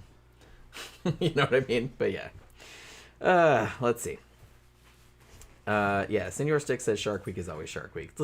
Yeah, so they still do Shark Week. And did History Channel do Drunk History? Oh, maybe they did. That was a good show too. But I don't know if that was that History Channel? I thought I saw that on YouTube, but I don't know if it was a History Channel show originally. So we've gone way far afield. I don't actually have too much left on this. That's good, because look, it's almost 9 right now. And eventually we wrap this up, we'll get something to eat. Go up to Circle K. Tom's already thinking about going to Circle K and getting sandwiches. You get a sandwich from Subway. From Circle K. He's like, Subway closes at midnight. Yeah. We didn't eat much today. No, all we had was that one. Yeah. It was like turkey bacon and I make cheese. 2 quarts of new ice cream. That's just down there. Oh, yeah. Still. Oh, you still got okay. Yeah, tomorrow's going to be great. Yeah, we had a bowl of it. Yeah. You got to let it freeze a long time. I've been studying on how to do custard-based ice creams. It's similar to what I'm doing now. You just add eggs to it. You 5 eggs for the amount that I'm doing, and you cook it a little bit, but you don't let it boil. You just cook it and let it sit.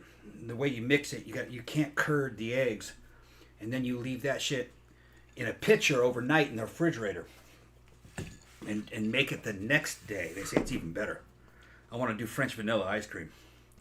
We'll try that first. Okay. Okay. Senor Stick says, who's going to Subway at midnight? Hi, people. Yeah, they know us. We go down there, we're like celebrities. We went down there last Friday night, like after the live stream. And the dude working there is like, what is it, 2 a.m. already or 3 a.m. already? Because we usually go there like after the club. So it's like 3 in the morning. And I was like, yeah, we didn't even go out tonight, bro. We're just getting a sandwich. It's like, hey, we got here in time for like Subway. He's like, but you're cutting into my sandwich sales. You're getting Subway. Because we usually just get the stuff from the case, you know what I mean? Yeah, he's super funny. But he's there like every night. Whatever happened to that other girl that worked there? She must work a different shift now. Or got a different job. I don't really know. Yeah, CP said serial killers go to Subway after a body dump. I mean, around here they probably do, because that's the only place that's fucking open. Because the Circle K is open all night. But the Subway inside it is only open until midnight. Side quest, I forgot to ask you, did you meet your fucking gym goals with the weight? You were trying to get down a certain weight, and then you were gonna go modified. I don't know if you made that yet. So I had to get on that ass. You know what it is. It's gotta train you. Get you fucking ready to go. I got Jen on gear. She's on some good shit right now. Yeah. She's looking fucking great. I mean, everything, including my butthole. Yeah, exactly. We're gonna make a video soon. I know we keep saying that. We spent all that money on that doll. We really once we start burning up once we start eating up all this clenbuterol, I got a few more pounds I want to lose. Case and Lee says maybe Tom and Jenny are serial killers. To what? Maybe we're serial killers. No. You'll never know. No, not really. I would never. No, there's certain psychology and they're not us. No. I could be like a Dexter kind of serial killer. I could do that. Well, that's the same as Batman, basically. I could be Batman. Except Batman didn't use guns. He didn't actually kill anybody, but it's similar to Batman. Well, Dexter actually killed people. Yeah, he actually killed people. But he killed serial killers. So not. Well, that's what I meant. He killed other serial killers. Yeah, he killed shitty ass people. Yeah. Like I could do that. I could be that kind of serial killer. But other than that, no. I'm not doing that. I'm not killing innocent people. I would never. She said she's getting approved for a pill to slow down her arrhythmia. She got a cardio appointment. Oh, yeah. Okay. She said she met the weight goal. Okay. Yeah. I got weird fucking heart issues also. I'm not on anything for it, but yeah. Once you start getting your weight down lower, your cholesterol starts looking better. Your body's a little more resilient. You're not that old. And there's some shit I can talk to you about what you could take that'll help you. You probably, more so than fucking gear, you're probably better off just going on clan. I got a good source for it. I can show you. It's not expensive, and it won't masculinize you. It's not a steroid. It's actually just an asthma medicine, but it burns fat well. Yeah, especially if your metabolism's kind of slow.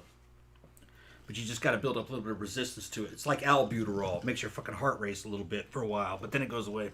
I had that for the first 2 or 3 days, and then it went away. But yeah, what you get now is muscle cramps. It's not even muscle cramps. It's like muscle twitching. I get cramps. Mine is, well, I have cramps in my feet, which you have also. I'll jump on the back of her and just try to ride and shit, ride her like a fucking, like a bronco and shit. And all of a sudden my fucking thighs will start, and my fucking calves will start fucking cramping up and shit. And I gotta jump off. Wait, I gotta stop. It's just like, what's going on? Like, Wait, I gotta stop. Fuck, man. And I gotta stand up because my toes start curling up backwards and hurt. Mine do that too. I gotta stand on my feet and get my toes straightened out. Yeah. Mostly I have Clan does that. This muscle right here in my arm. It's mostly this arm, but sometimes it's this one. Like it'll just go pop, pop, pop, pop, pop, pop, pop, pop. And you can see it. Yeah. Like it's not doing it right now, but it's like it does it a lot. Yeah. Phantom says I just saw Misery for the first time. Yeah, good movie. And that film was really good. Yeah, that's an excellent fucking movie. For you people who are new to the show, fucking this happens on these shows. We have a subject, but we constantly get sidetracked, and all our regulars start talking to us. But the thing is that our regulars, we got great regulars, and the show's more about regulars than it is anybody else. And fucking maybe that might cost us some, but we don't care. The whole idea of the show was just be fun. Yeah, I don't really care. Yeah, like I said, it's nice. It's a time suck. We're just trying to get you through your work hours, or fucking maybe you fall asleep listening to us, because we do the same thing. We'll put on fucking people and fall asleep and listen. I love listening to podcasts, go to sleep. Let's see. Zach says, I have flat feet. Oh my god, it makes doing certain jobs suck. I have flat feet also. They're not that flat, though. They're not as flat. They're about half flat. Yeah. You got a little bit of an arch. You used to make fun of them, though. Yeah, they were funny. My feet are funny. Yeah. My feet are adorable. Yeah, they don't look as flat as they used to, too. Because I think it's all that working out and stuff. Maybe. Yeah, I think musculature has something to do with it. Maybe. Holding things in certain places. Because I do get like a lot of muscle pain, like cramps in the arch. And in the toes. Like the toes curl back, like you said. Yeah. Well, when you were a kid, you were kind of heavy. And that might have had something to do with it. Well, not when I was a kid. When I was a kid, I was really skinny. Yeah, but you know what I'm talking about. Like in your teens. Yeah, in my teens, I was heavy. And that might have changed the musculature in your fucking feet. But recently... And I was pigeon-toed when I was a kid, too. Pigeon-toed's cute, though. When I was little. On a girl, it's cute. Like, I used to walk You're like not that. pigeon-toed now, though. No. No. I fixed it. They were going to put braces on my legs when I was little, but they never did. You know, which I'm kind of glad. It kind of fixed itself. You know.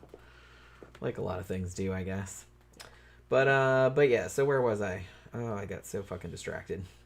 Where is the rest of... Like I said, I didn't have a huge amount left. I was just getting to the cannibalism, though. Clyde said he was a regular 2.5 years ago. He's glad this show's still going. Thank you very much. Thank you. Yeah, thank you. Yeah, like we lose people, but they kind of come back, and some they'll reappear. They do that.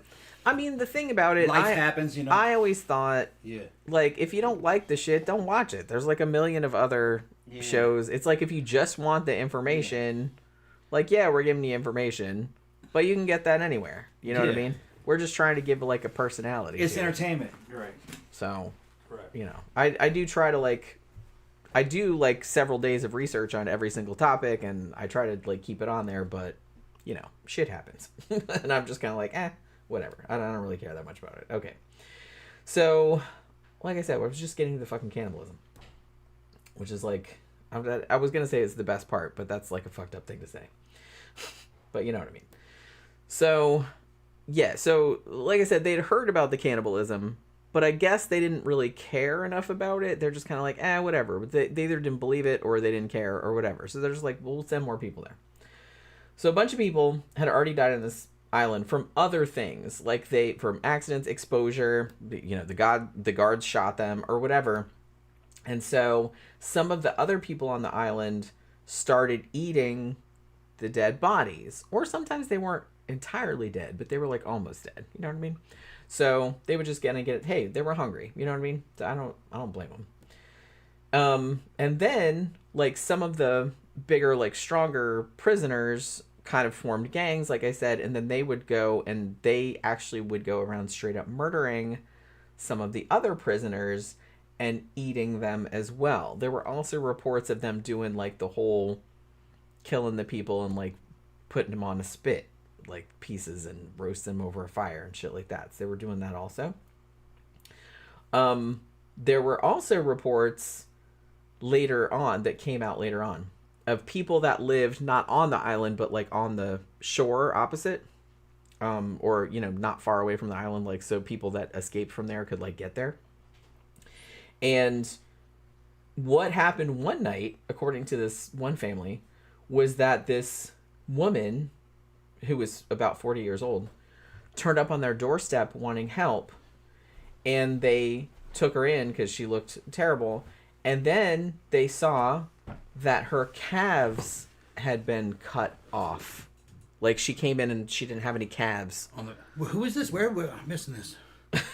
What? Where? What? Like I said, I was just getting to the cannibalism. Okay, yeah. So this woman... Some girl came out and her calves she was were gone. Well, she was a woman. She was like 40-ish. Okay, yeah. And she had escaped. But not before she had her calves cut off and evidently eaten. She was still able to walk, I guess, on the muscles that she had left. I guess, like, she got, I don't know how much of the calf muscle was cut off, but, like, this was reported by, like, people that lived far away. Like, she had escaped and got to this house, like, and were asking for help. Damn. And they said, yeah, she came to the door and she didn't have any fucking calves. Now, I think she lived. However, one person who was not so lucky, this was a report given by a younger girl who was a teenager, and she actually went to the island to get firewood, and then she saw, when she was there, that there was this woman who, it turned out later, I think she had been having sex with one of the camp guards, you know, I guess, like, trading for favors or whatever. Using her feminine wiles. Like, a gang had tied her to a tree and cut off her calves and her breasts and other parts of her, but she was still alive. Damn. Like, they cut all these parts off of her and were, like, cooking them and eating them. Damn. And the little girl that saw it, like, ran to try to get help, but by the time they get there, like, the woman had lost too much blood and they couldn't help her. So she died? Yeah, she eventually did die. The woman with the cut off calves, I think she lived. But this woman, yeah, I mean, you get all those pieces cut off you, I don't think you're really gonna fucking survive. Holy shit. But I can't even imagine. Can you imagine, like, being a kid and, like, stumbling upon a scene like that? Like, this woman's, like, tied to a fucking tree and they're cutting her fucking tits off and her legs and stuff and just, like, cooking it and eating it. And she's, like, alive still. Yeah, I totally can understand. I remember it takes me back to when I was a kid with my dad, visiting my dad in Mississippi. We'd go fishing, come back with fish, leave the fucking bait box with fucking live crickets in it. Leave them in the garage. And I would forget to fucking put potato in there. You put like a half a potato and the crickets could eat it all.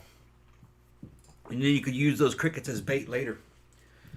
One time I forgot to feed them and looked in there and the fucking crickets were eating each other.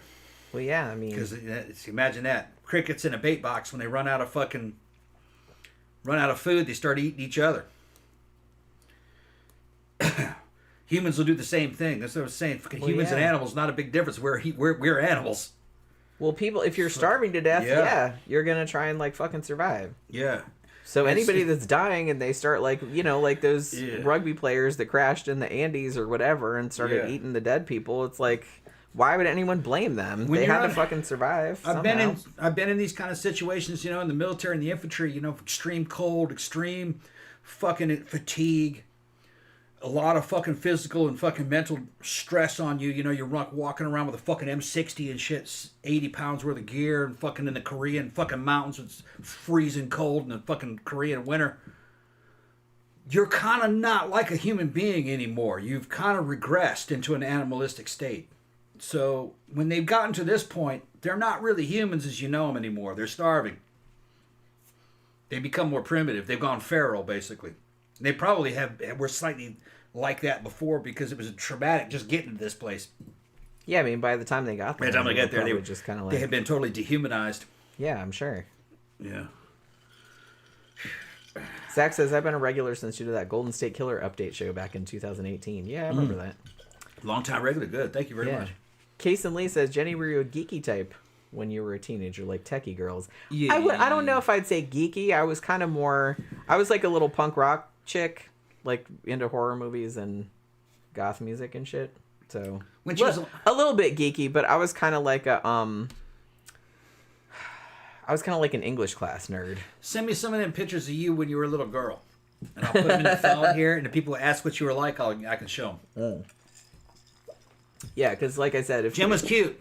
If I didn't like say it before, like my dad sent me this like USB stick that has like all of these pictures of me and all my siblings, like when we were kids, little kids, babies and stuff. When Jen was like between like 8 and like 11, 12-ish from the photos I saw, she was cute. She kind of looked like a girl from fucking The Exorcist. What's her name? Linda Blair. I've heard that before. Like a little Linda Blair. That I looked like Linda Blair when I was a kid. I did kind of. Kind of a ginger. Yeah, a little ginger Linda Blair. Yeah, I've heard that before. Yeah. Tammy says, I can't stand this shit show. I'm just here waiting for Tom's pegging. Yeah, I know. I saw that shit earlier. I was laughing. It's going to cost a lot of money to sell my ass like that. Yeah. I'm talking about motorcycle level money. Maybe one of these days. Just got to get a fucking benefactor out there that wants to see that shit on video. Somebody's got to want to see it. I'll immortalize that shit. I'll fucking ham it up, too. Okay. I never done that shit. I'm a virgin. But we're talking about fucking Harley Davidson level money, bro. I'm not some kind of cheap whore. I want at least 10,000, 11,000 around there. I wouldn't sell myself out for that. See, I put the price high because I know none of you bitches are gonna come up with that kind of shit. So I don't have to do it. And then ka-ching, and then that comes up, and then you're like, oh no. It looks like I'm getting a new Harley. I don't see. I would not. If I was you, I would hold out for much more money than that. We fucking talked about the shit on the show before. I would hold out for at least enough to pay off my credit card debt. I was like, what would happen if some fucking billionaire fucking oil sheik fucking saw the show and hit me up? Like, I want you to come down here and fucking, me and you are going to hang out for a fucking couple weeks. And I was like, well, what are we talking about here, And he starts talking about fucking huge fucking numbers. I'm going to have to become James Bond. It's going to be like a fucking secret agent and shit. Yeah. Fucking, how am I going to get through this? Yeah. There's a price for everything when you think about it. Well, sure. If some motherfucker comes at you with $500,000 or $1 million, I put up with a lot. You're for gonna that. like, well, that's not anything. I'm not going to go that far, but I'd put up with a lot. As long as you survived it, and you weren't fucking all whole, and it didn't cut anything off you or fuck you up. Well, yeah, that I might draw the line there, but you know what I mean. But now we played those mind exercises on the fucking show before. Senor asked what we were drinking. Fucking vodka and it's like lemon lime. And lemon lime soda from Publix. So yeah. 7-Up, vodka 7-Up. Yeah, it's like the Publix version of 7-Up or Sprite or whatever. It's actually really good. Publix, everything Publix is great. Yeah, their ice cream is their fucking store better. brand is good. Their ice cream is fucking. They got their own creamery. And their fucking ice cream is better than any name brand ice cream that comes in a box that I've seen. Their fucking shit's good. It is really good. I'm gonna have to go. And it's not that expensive. I was thinking the other day when we were down at Publix and I saw that it's like, ooh, they have the peppermint stick, and then I didn't buy any, and then Tom made me some peppermint. I made some. I can make it now. Ice cream I'm an ice cream maker. It was really good. Yeah, I got some down. Because he bought a bunch of what do you call them? Candy canes. And crunched them up and put them in there. Yeah, and I found out the best way to crunch them up was with scissors. Yeah. Cut them with scissors.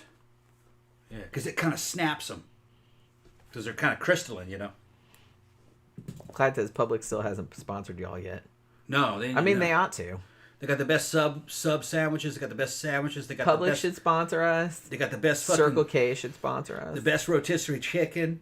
They're fucking the Shutter best cakes. Should sponsor us. They got the best soft drinks. All their generic shit. It's not really generic. It's like their brand. It's cheaper than the name brand shit. It's better a lot of times. Publix fucking mustard, like spicy mustard or German mustard. They'll have all that. Yeah, I mean, I pretty much always buy their brand. Yeah.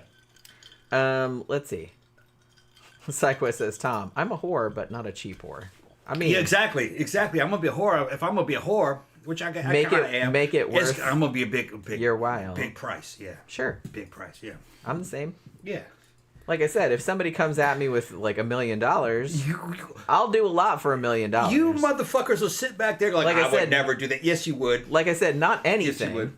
Not anything. There's some things I would Yeah. not do for any amount of money, but yeah, if it was just like some shit like that, like I'd be like, yeah, okay, $1 million would first of all pay for this house. yeah, We'd pay off we could all pay of the our house debts. off, And pay we'd all have my debts, so and much I'd have fucking- I'd have a fuck ton We have left so over. much left over. Yeah. I wouldn't have to worry about anything. If they came at her like that, this is Tom fucking, you know what I mean? Fucking gotta go to Dubai. It's $1 million. So okay, let me pack your bag. Yeah, I'd worry to death though. you would. Yeah, I I would also be worried I probably would because say, it's my ass on the line, yeah, isn't it? Yeah. I probably would say, I'd be well, like, oh shit. I would fucking call the dude and says, look, I have to go as their bodyguard. You know what I mean? Yeah. If I was there, I wouldn't feel as bad. But Yeah, fucking- because then you could make yeah. sure they didn't like throw me overboard or right, some shit or, like that. or they fucking. Although if one of the conditions was we're out on a yacht, I'm like, I don't think I want to do that. well, from what I've heard from people that have done that before, which I've, you can find all those stories on YouTube. The girl shows up on a boat. All right, she does the dude. He's a Dubai fucking millionaire, and then fucking she does this dude all fucking day. The next day, his dad shows up, and then his son, and then then the 12-year-old nephew, and then you got to fuck the whole fucking family. But they paid her so much she can't say no. Yeah. And they never leave port. They just stay right there at the marina. I mean, yeah. It wouldn't be great like having to just fuck a bunch of random dudes, but It would be creepy. They're all related, and some of them are underage, and That some of them are is super kinda old. You know what I mean? Like, I mean, as long as they're not doing anything like abusive. yeah. Well, I've heard that sometimes fucking they'll try to fucking do water sports and shit like that. You know what I mean? now Fucking- once they see- get bored with you, and then they want you to fucking serve them, drinks and shit, fucking nude on the boat. You know what I mean? And you See, fucking. I don't know, and man. Not that anyone's They're that doing good while with they're watching ass me, I'm just TV. saying. You're- I'm too old for that crowd. yeah. Well, the girls that are doing this are kind of like, you know what I mean, fucking the amount of money they're being paid. They're, oh yeah, I'll do anything. I mean, unless I saw one of them fucking do the episode. They go, yeah, but haven't you heard about fucking, what they call it, the fucking. There was like a rumor that fucking you go to Dubai and they fucking sit there and they'd shit on you. You know what I mean? It was like there was like an ad. See, no, I draw the line. This Sorry. girl was like, oh no, hell yeah, shit. If you're gonna give me that much, hell yeah, you can shit on me all day long. So Sorry, they have I'm women that drunk. are like that. I know that. It's just but money. I'm Yeah. I'm just like I know shit wipes off. Yeah. As Arnie said in Christine. Yeah. But if Yeah. y'all know that reference. But I don't know because I wouldn't be able to like keep from Yeah. gagging or vomiting. Yeah. Well, Which I think would- if you were which to would gag or ruin the vomit, they mood. probably would like that. Maybe. But I'm like, well, I yes, hope you like they it got because some I'm weird gonna. Sorry. shit. Weird shit. Bro. Maybe the dude's into that too. You 'Cause Western that- women are all fucking whores. I'll tell you what. Tammy says, "What if they came to Jenny asking to rent you?"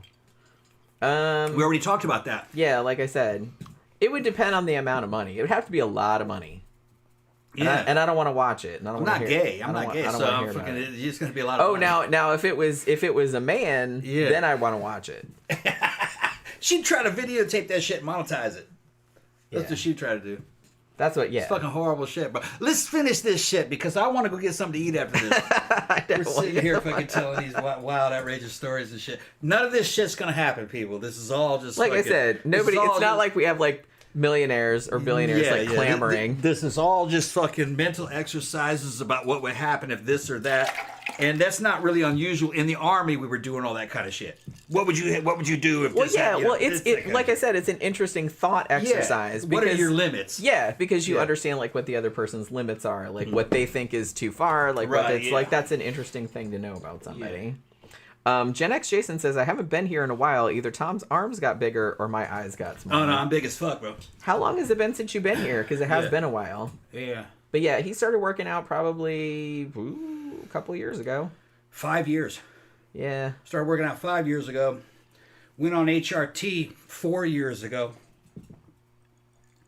Then I started doing HRT and fucking anabolic steroids about maybe 18 months ago. Yeah. I picked up fucking close to 60 pounds of muscle and lost a bunch of fat. I'm the shit, bro. I'm only about... If he does say so himself. I'm only like maybe a year away from where I want to be. For my age group, I'm fucking top 2%. For 55, no, top 2%. We're trying to stave off death. Yeah. As long as possible. Yeah. That's I'm what we're fucking strong. That's what we're trying to do. I do 300 pounds like it's nothing. Bench press. And I used to not be able to do that. I couldn't even do that in my Army's days. Tammy says, I could win the lottery at any time. Who said that? Tammy. Oh, Tammy, you'd be a preferred customer, Tammy. That wouldn't even be a challenge. He's already said that he will do it. I'd do it. For an amount of money. For Tammy, fucking, I'd do it for you. I'd give you a fucking discount.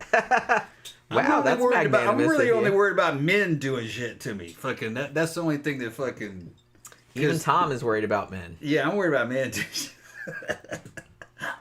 Now you know why women are worried about men. When we were streaming, because you know what nefarious shit. When we were streaming, fucking men had asked me all kinds of stuff, and I was like, "Nah, I ain't gonna do that, bro. I want me to just go solo with a fucking podcast post and shit. Well, I gotta have some kind of stimulation. It wouldn't be a good show." And he's like, "Oh, come on." Yeah, nah. He was gonna pay, but yeah, I can't. I just can't fucking start from nothing. Yeah. Oh dear. Because it puts you on the spot. Yeah, that's the only thing I didn't really like about it. Yeah, like, you're always on the spot. You can fake it, which I don't really like doing, but it's just like you never know, like whoever pops in and pays, like you don't know what they're going to ask you. Like if it's going to be like some weird ass shit and it's like, oh, now I have to do this complicated nonsense. Yeah. They asked me if I'd ever considered a mohawk hair plug. I don't need hair plugs. I can grow hair. Yeah, he's got hair. He just shaved it off. Shaved it, yeah. He just shaved it off. I don't give a shit about mohawk. I like to just shave it all while I'm fucking waking up in the morning in the shower. You might look cool with a mohawk, though. Yeah. We know several people that have mohawks. All right. So where was I? So yeah, I'm trying to get through. We were talking about cannibalism, you guys. Yeah. We were just talking about a woman that got eaten, and then we're talking about mohawks. But I'm not shaming anybody. Yeah. So one of the dudes that survived this shit show, he actually did eat people, but he said later that he made himself feel better about it by not eating like the flesh. He would only eat the livers and the hearts because to him that felt better, because I guess he was used to eating livers and hearts of like different animals. So to him, it didn't seem the same, like you weren't eating a person's flesh, like you were just eating the organs. So that was kind of how he justified him to him. So like I said, I'm not blaming him because holy crap. But that was kind of how, and he was very open about it later, that he's like, yeah, I would only eat the livers and the hearts because, and he also admitted that sometimes they didn't wait until the people were dead.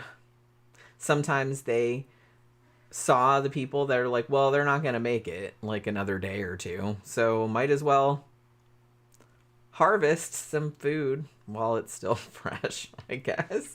Like, yeah, so yeah, that's like, so some of the people weren't quite dead, you know what I mean? Yeah, so that happened also.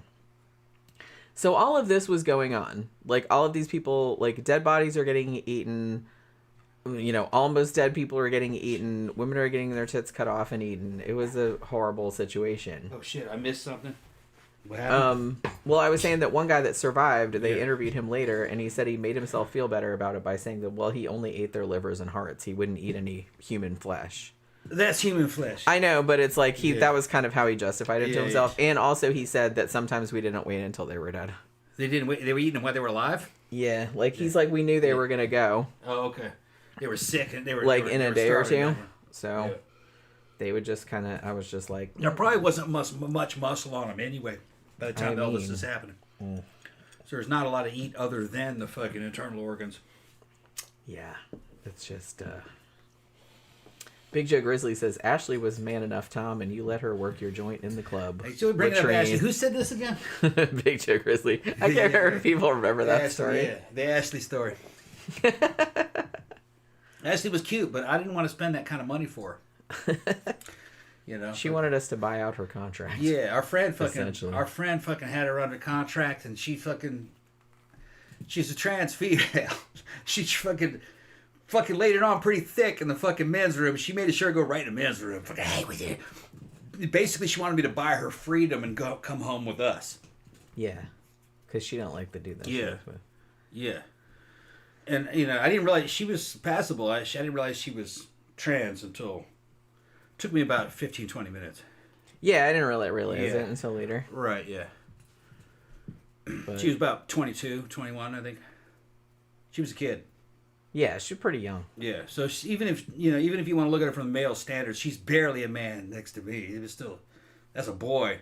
But like I said, I just thought it was funny because Most of y'all men are actually women in comparison to me, because of my testosterone levels. They're fucking high. Fucking most of you motherfuckers are just ugly women next to me. Yeah, that's a bold statement, Tom. It's a bold statement. Yeah, that's how it is, though. Like I said, I still don't know because I wasn't in the bathroom, so I don't know exactly what happened. All I know was that I was at the bar getting another drink or something, and Tom came up and said, that girl tried to give me a... What did you say? That girl tried to give me a blowjob. She was trying to suck my dick in the bathroom. I was like, what? And I said, well, it's not a girl. Well, I think we had figured that out by that time. Yeah, by that time, And you were like, she tried to like, suck my dick in the bathroom. And I was like, wait, what? And it's like, and I still don't know like how far that went or what exactly happened. Cause not like I said, much. It was only a few seconds, and fucking, she's just fucking with me. She was trying to fucking ply her trade. You know what I mean? It was only a few seconds of what? Her fucking trying to fucking do, fucking molesting all the motherfucker. Molesting. I was just laughing. You know me. When I'm in club mode, all this shit's entertainment. True. You know, and she was cool. She was trying to fit in with me and Jen. Fucking.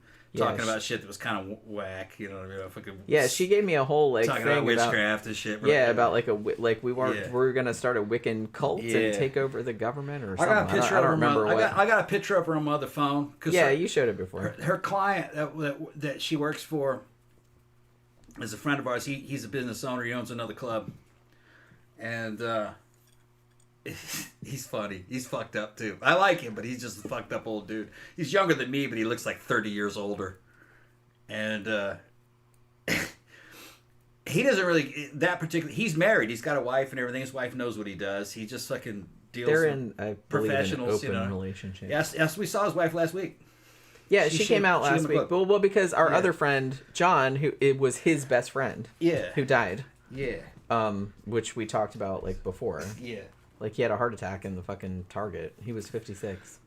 And so his wife, whose name is Sam, Scott's wife, Sam, came out. So he had her contracted for that night. For those of you who are children who don't understand what we're talking about prostitution, okay? She was the escort. And he had spent money on her, but she didn't really want to work with him. She wanted to work with us. But I wasn't going to pay for that. Yeah, she wanted us to buy out her contract. Yeah. CB says, my personal opinion is fuck who you want as long as it's not a family member or a child or an animal.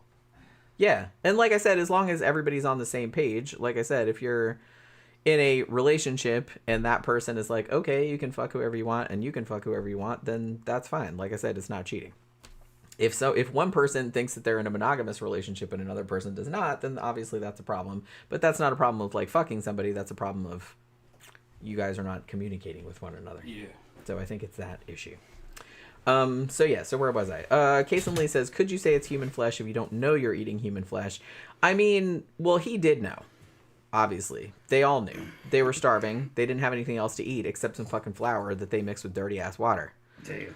So they were just eating that because that's all there was. But now if somebody served you human flesh and you didn't know that that's what you were eating, then yeah. But which may have happened to me at some point in the future. I don't know. Who knows? I can't imagine that I've ever been in a situation where that was plausible, but I don't know. Okay, so after all that shit went down, I fucking contacted him and said, who the fuck was that? Where'd you find that? What the hell are you doing? I said, let me see a picture. And he sent a picture. That's Ashley. That's who we're talking about. Okay. But yeah, in the club, you're not going to question that. She also, I believe she had a big hat on. Yeah, I know. Yeah. Didn't she have like a big hat, like a wide brimmed hat? It kind of reminded me of the hat that Catherine Ross wore in the original Stepford Wives. Yeah. At the end, like when she was in the grocery store, like that big, wasn't a straw hat, but it had like a big brim. Yeah. Like it kind of reminded No, me. Of I gave y'all a peek. Fucking, I looked in there. Fucking, that's what she looked like. And I know you tranny chasers, y'all fucking got off on that. Casey Lee said that's a dude. Well, yeah, I mean she's trans, but like I said, it was kind of dark in there, and it's like I wasn't really thinking about it, so I wasn't thinking about it until later, and then we were kind of like, oh yeah, probably it's. To me, it looked trans. female. Yeah. Well, she did. She did look very. Yeah, and, you know, she looked female to me. And you know, like I said, I didn't know anything until he came out and said she tried to suck my dick, and I was like, what? Yeah. What? Well, she was fucking like, you know, fucking. I was like, what you doing? You know, she's like, no, I'm gonna come with you, you and your wife. Basically, what she's talking about. And I was like, no, you stop what you're doing now. Fucking knock that off. Yeah. And she's like, and, you know, she's just trying to sweet talk me. Yeah. Plying her trade. We get that a lot. Yeah, this is not a fucking weirdly. Shit like this happens. It was not an isolated incident. Yeah, it's not always. I don't know what it is about us, man, but it's just kind of like we attract them, and we're not talking about trans people. We're just talking about people that want to hook up with us, that want to get in a sandwich. Yeah, they're trying to get in a sandwich. It's of whatever gender. It's mostly girls. Sometimes it's guys. Sometimes it's dudes. Sometimes it's girls. Sometimes it's trans. Sometimes you never know. Yeah. You never know. But for some reason, I don't know what it is about us. But we get that a lot. Because they like us. We're friendly. We get that a lot. We're friendly, yeah. I've asked him that before. I'm like, what the fuck is that about? Like, I don't mind. It's just, like, weird. I was like, what is it about? I don't know if other longtime couples that have been there, I don't know if they have that too. I've never asked them. In the goth scene, the long-term goth scene, a lot of the real popular people are kind of like clump up. And sometimes these, like, threesomes, they kind of like these thruples happen. Yeah, it happens a lot. It's very fun. So that, you know, me and Jen been in that situation. Yeah. And it's just kind of, you know, doesn't usually last, though. But you're not expected to last. Yeah, it's not really a long-term, because we know some people that have, like, long-term situations like that, but, like, most of the ones are just kind of like, you just got drunk one night and you were just, like, having a good time. We had a friend that kind of became a girlfriend, kind of, and fucking, but it was mostly, we were just friends. Yeah. You know, and then she went back to her man. Yeah. And some nights we'd get kind of drunk and take her back to her apartment. And yeah. Shit would happen. She was fun, yeah. When she was on the outs. Yeah, she's on the outs. With her man. Yeah, and she was cute. And she knew us. Yeah, she's a friend. But, you know. Yeah, goth chick. I've talked to her about it. So we're talking about Sonia. Yeah. Yeah. Which, yeah, we were talking about her last week. Yeah. I'll show a picture in case people don't know what we're talking about. Go ahead and talk. All right. I'll so, pull like I it said, up. I'm almost done. Okay. So yeah. So after this whole thing, so all of this that was going on in this fucking island, there's a guy that was living on the banks of the river, and he started to hear about shit that was happening over there.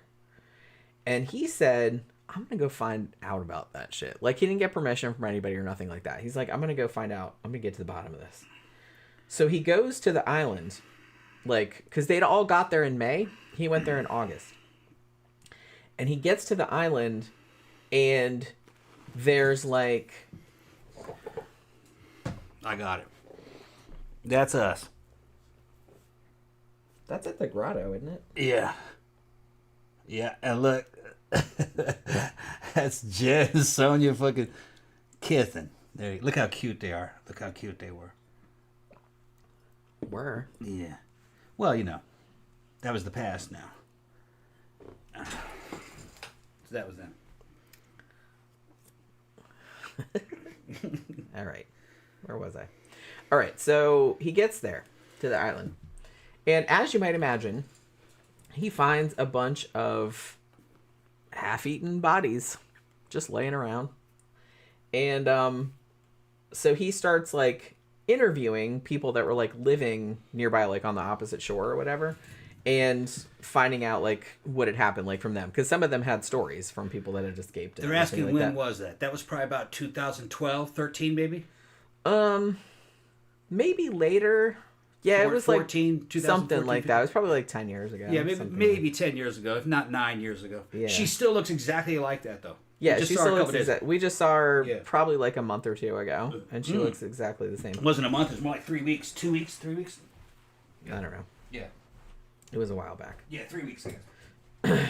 So yeah, so there's all these half-eaten bodies. He starts interviewing everybody. They have some stories too. And he decides he's going to go report it. So he writes out a report and he sends it to Moscow being like, hey, do you guys know what the fuck is going on over here? And for all of his trouble, what do you think happened? You can probably guess. He got kicked out of the party because he was, you know, a good communist or whatever. But he got kicked out of the party and he also got fired like from his job. Then they took his report and just like, pshoo, like just shoved it down the fucking memory hole, as they do. But in spite of the fact that they didn't let the report get out, they did quietly decide they were going to take some action. They're like, okay, well, this situation is getting a little bit out of hand, just a tad. So they decided they were going to close this particular gulag, like on this island. Now, what happened after that was that the guards that had worked on the island also had their party affiliation rescinded. So, you know, that's all they got for all the shit. And they also put some of them in jail for negligence and for complicity in what had taken place, as though that wasn't the intention. But like I said, that's kind of how this kind of shit goes. So this whole situation, from them arriving on the island to the report being made and them closing the gulag, was 13 weeks. Now, of the people that they originally sent to the island, about 2,000 or 1,500 to 2,000 people died of starvation, murder, exposure, disease, or accidents. Now, and various other things. About 2,000 people of the original people they sent there did survive, but a bunch of them were, you know, obviously, like, in really, really bad shape. Like, some of them so bad that they, you know, were bedridden or whatever. And some of them were relocated to other camps where they subsequently died. You know, really only a couple hundred of them were still fit to do anything when they got transferred elsewhere. They were probably the younger ones. That's what I'm saying. Yeah, because it's, like I said, of the people, it just seemed like a random... It seemed like so random, like the people they were just snatching off the street. It was like young people, old people, children, like there's whoever. Like they didn't even like whoever they got, I guess. They didn't have their papers and they just sent them there. So a lot of them did die. And, you know, the ones that survived, a lot of them were not in any shape to do anything. Now, as I said, this shit was buried for decades. And it didn't actually come out until... You know, the whole Glasnost thing, which started in 1988, I don't believe that this particular incident came to light until, like, the early 1990s. So they started, like, investigating this and kind of brought it to the attention of the public, like, later on. So later, they did actually put a cross on the island, you know, just in memory of the victims. And every year, I presume they still do this, but every year in June, which is... kind of shortly after they arrived at the island, they have like a pilgrimage of people that go there, like, you know, to memorialize all the people that died. And they also built a church there, I believe, in 2008 as a memorial to the victims as well. So yeah, so at least now everybody kind of knows that this fucking shit happened. But the fact that it was kept secret for so long, like something this fucking horrific. Yeah, and this was only one of the many and like I said, and I'm happened. sure there was like tons and tons of other shit like this. Yeah. This is just like probably the most egregious, but... This was happening in fucking Maoist China, too. Worse from some of the things that I read. They were doing even worse stuff. They when it came to cannibalism, one of the things you can look this up about the Chinese, they had something called flesh banquets. That's where... This happened in the 80s. That sounds like a death metal band. Yeah, it does. This happened in the 80s. We're not talking about back in the 30s. We're talking about in the fucking 80s. The Chinese communists, the Chinese communists and the Red Guards, which were just fucking kind of like their version of Antifa. They'd get all fucking riled up and start virtue signaling and accusing fucking just anybody of being a capitalist. Oh, you're a capitalist, you're feeding off the people, And it would kind of culminate into what they called a flesh banquet. They'd grab fucking people, kill them, and eat them. Eat them. And they weren't starving. That's the fucking difference. That was the thing about that. Is that I looked more into that. When I first found out about it, I was like, man, it must have been kind of like the Soviet era where, agriculture was failing. Because I knew that they did that. Their agriculture failed at a certain time. The thing is it didn't happen in that period. It happened after all that.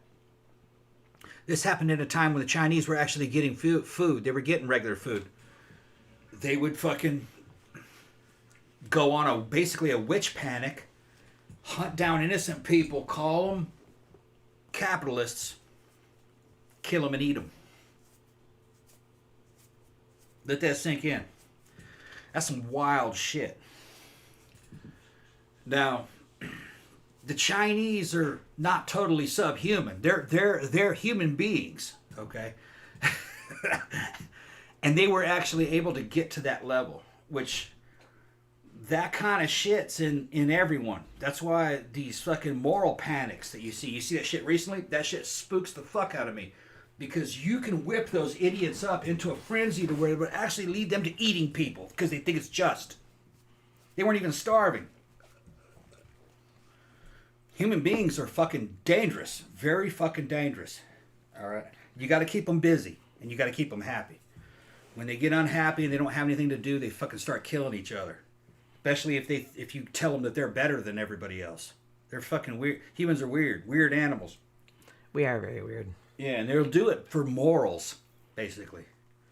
And I can't really imagine that. Well, I can if you did something bad to me, then fucking did something bad to my family and shit like that, yeah, I might eat you. Just out of spite. I probably would too. But I wouldn't do it for some political bullshit. No, like I said, it would take a lot. Like, you'd have to do something to me, like, directly. Yeah. Or to somebody I loved directly. Yeah. I mean, then I would do it. You're not going to be able to talk me into eating people because they're Democrats. I'd be like, nah, fuck them. I would hope not, because I'm a Democrat. I don't want you eating me. And eating them Democrats, So. I don't know what I am. I'm definitely not a Democrat. I'm not a Republican. I think all that shit's corrupt. I don't believe in any of that. And all that stuff's going away. A new reality is arriving. A new version of right and left. Right and left is all fucking made up shit that they told people in universities anyway, based upon an old French system. That's not there. There's just assholes and cool people. That's all there is. All right? And they've been on both sides. There were times when the fucking Republicans were just so, back in the 80s, they were just so fucking stiff and fucking lame. They didn't even like heavy metal, man. Fuck them. But luckily they're mostly dead now. Those were boomers. They're all gone. No, they're not. Most of the boomers, I think, are gone. No, there's a website, if you don't know. It's kind of delightful. It's called, I think it's called Boomer Death Clock. Yeah, okay, what's the death clock? And it, how many of them are you on? There's still a long way to go, bro. Okay, all right. I hate to tell you. Or 25% of them gone? I don't remember what the percentage is, but it's not as many as I thought. Okay.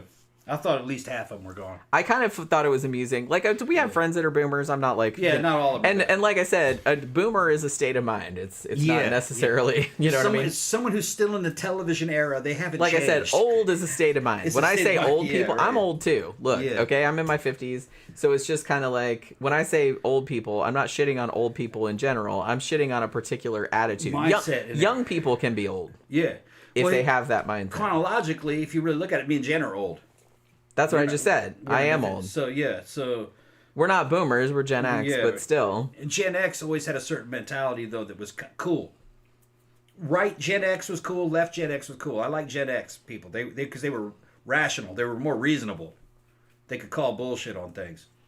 But boomers were suckers. They believed the hype. And you know what you're supposed to do? Not believe. Yeah, don't believe the fucking hype, no. Victor says, I've eaten a dude before. What's that? Really? Just like Arwen Maives? Was he delicious? Did you eat his liver with some fava beans and a nice Chianti? What side did he quest saying? They've done a lot of studies that show humans and groups are way more dangerous. in groups because of group behavior than on their own. Yeah, that's absolutely true. Yeah, that's where all those moral panics are. That goes all the way back to the Middle Ages. They'd have fucking dancing diseases, shit, and witch hunts. Which I kind of want to do a show about that, like the medieval dancing panics. Now they'll blame it on ideology. It was ideology back then, but it was religious ideology and folk ideology. They were stupid as fuck. They would dance themselves to death because they saw other people dancing themselves to death. It's like, hey, that looks fun. Let's do that. It was mass psychosis. Like I said, I'm too cranky and I don't like people, so it's just kind of like I see other people doing stuff. I'm like, I'm not gonna do that. Yeah. I'm not gonna do that. But you know what I mean? That's why I always say, I know you can't say never, but it's like that's why I never think that I could ever get roped into a cult, because the second that somebody says, "Hey, do you want to come along to the?" Nope, I don't want to join anything. Yeah, it's called mass formation psychosis. It's where the people are so confused and they start to go psychotic, and then they form up in masses and turn on one another, or they'll turn on minorities like old women and call them witches, kill them. Yeah, that happened. Most of World War II was mass formation psychosis. Nazism was mass formation psychosis. So was communism. So was the imperial Japanese mentality. And check this out. So was, to a certain extent, the American mentality of World War II was kind of like mass formation psychosis, where America was number one. Everybody else should bow to us. Everybody else is a savage. We should be world leaders. And that's the era that's ending right now. I mean, anytime you think you're better than people, you're better than other people. You need to that's you need to tone that down. Yeah, and that's what this whole world government was based upon. That America was better than everybody else, and the fucking oligarchs fucking jumped onto it like parasites and tried to use us as their fucking mafia enforcers to make all countries obey the oligarchy. And we're going to call it a world government, a new world order, basically. And fucking, we definitely couldn't have Russia, China, or India challenging us, because shit, fuck them. They're savages. Thing is that they're most of the world's population, and they have technology as good as ours now. And you know what I mean? This isn't the 1940s, 50s, or 60s. This is everybody's kind of most people are kind of on the same level now. Even Iran has a fucking decent military, and with fucking great missiles that are holding our fucking navy at bay. And we're trying to run the world with a navy. That was fucking 20th century. Everything's hypersonic missiles now. Hypersonic intercontinental ballistic missiles. That's how you run shit now. Tanks and ships and shit. That's fucking archaic. Those will all be sent to the bottom of the ocean. Victor says there are still 76.4 million boomers left at the 2020 census. Okay. So some of them have probably died since then, but probably not. I think a lot of them. In the last 4 years? I think a lot. Well, because that was COVID. I think a lot of them died of COVID. Yeah. But just over the past 5-10 years, I'm sure a lot of them have died. Well, that was 4 years ago. Yeah. Okay. That census, yeah. So there's still a lot of them left to go. Like I said, I'm not shitting on boomers specifically. I'm just shitting on that mentality. Yeah. You know what I mean? Because it's in a weird way still around. It is still around. It's because really the reason why it's still around is because some of these really rich, powerful people that run the United States and basically kind of own it, and they also own the UN and shit and run that. They're boomers. Yeah. They're boomers, and they still think it's fucking they still think it's 1991 basically. They haven't changed since then. Yeah, not real flexible. Well, when you hear them cry and shit, they think it's still 1991. Yeah, I know. And that it's a unipolar world with America at the top. Like I said, go to one of my favorite subreddits is Boomers Being Fools. Yeah. And it's super entertaining. Yeah. Like, it's infuriating, but it's also kind of entertaining. Yeah. Like the crazy shit that these fucking people do. But yeah. Let's see. All right, so I guess we're gonna wrap it up for the evening. It's almost 10 o'clock. Yeah, Tom wants to go down and get some sandwiches. Get some sandwiches. So I'm getting ready for this. he's getting ready for sandwiches. Yeah. I think I'm gonna get the same thing. Well, I might get what you got. I'm gonna get this time. I'm gonna get that chicken deluxe. Oh, that's right. Thing. Yeah. All right. Tammy says goodbye. All gotta go buy a lottery ticket. If she wins, you're in big trouble, Tom. He can't hear me. I'll tell him later. But yeah, he is going to be in big trouble if like it. At least he has a price where he admits that if somebody gave him X amount of money, he would do it. Although I will say if somebody did give him X amount of money, I don't know if he might back out on it. I'm not entirely sure. I've never been in that situation, so I don't know. But like I said, I guess we'll have to see one of these days. One of these days it might happen. But yeah, thank you everybody for dropping by this evening. Hopefully you had a good time. We had a good time. So yeah, be sure to come back on Friday night for the sidetrack show where we don't even have a topic. It'll just be all digressions, kind of like this one was, but but without having to like pull it back to an actual topic.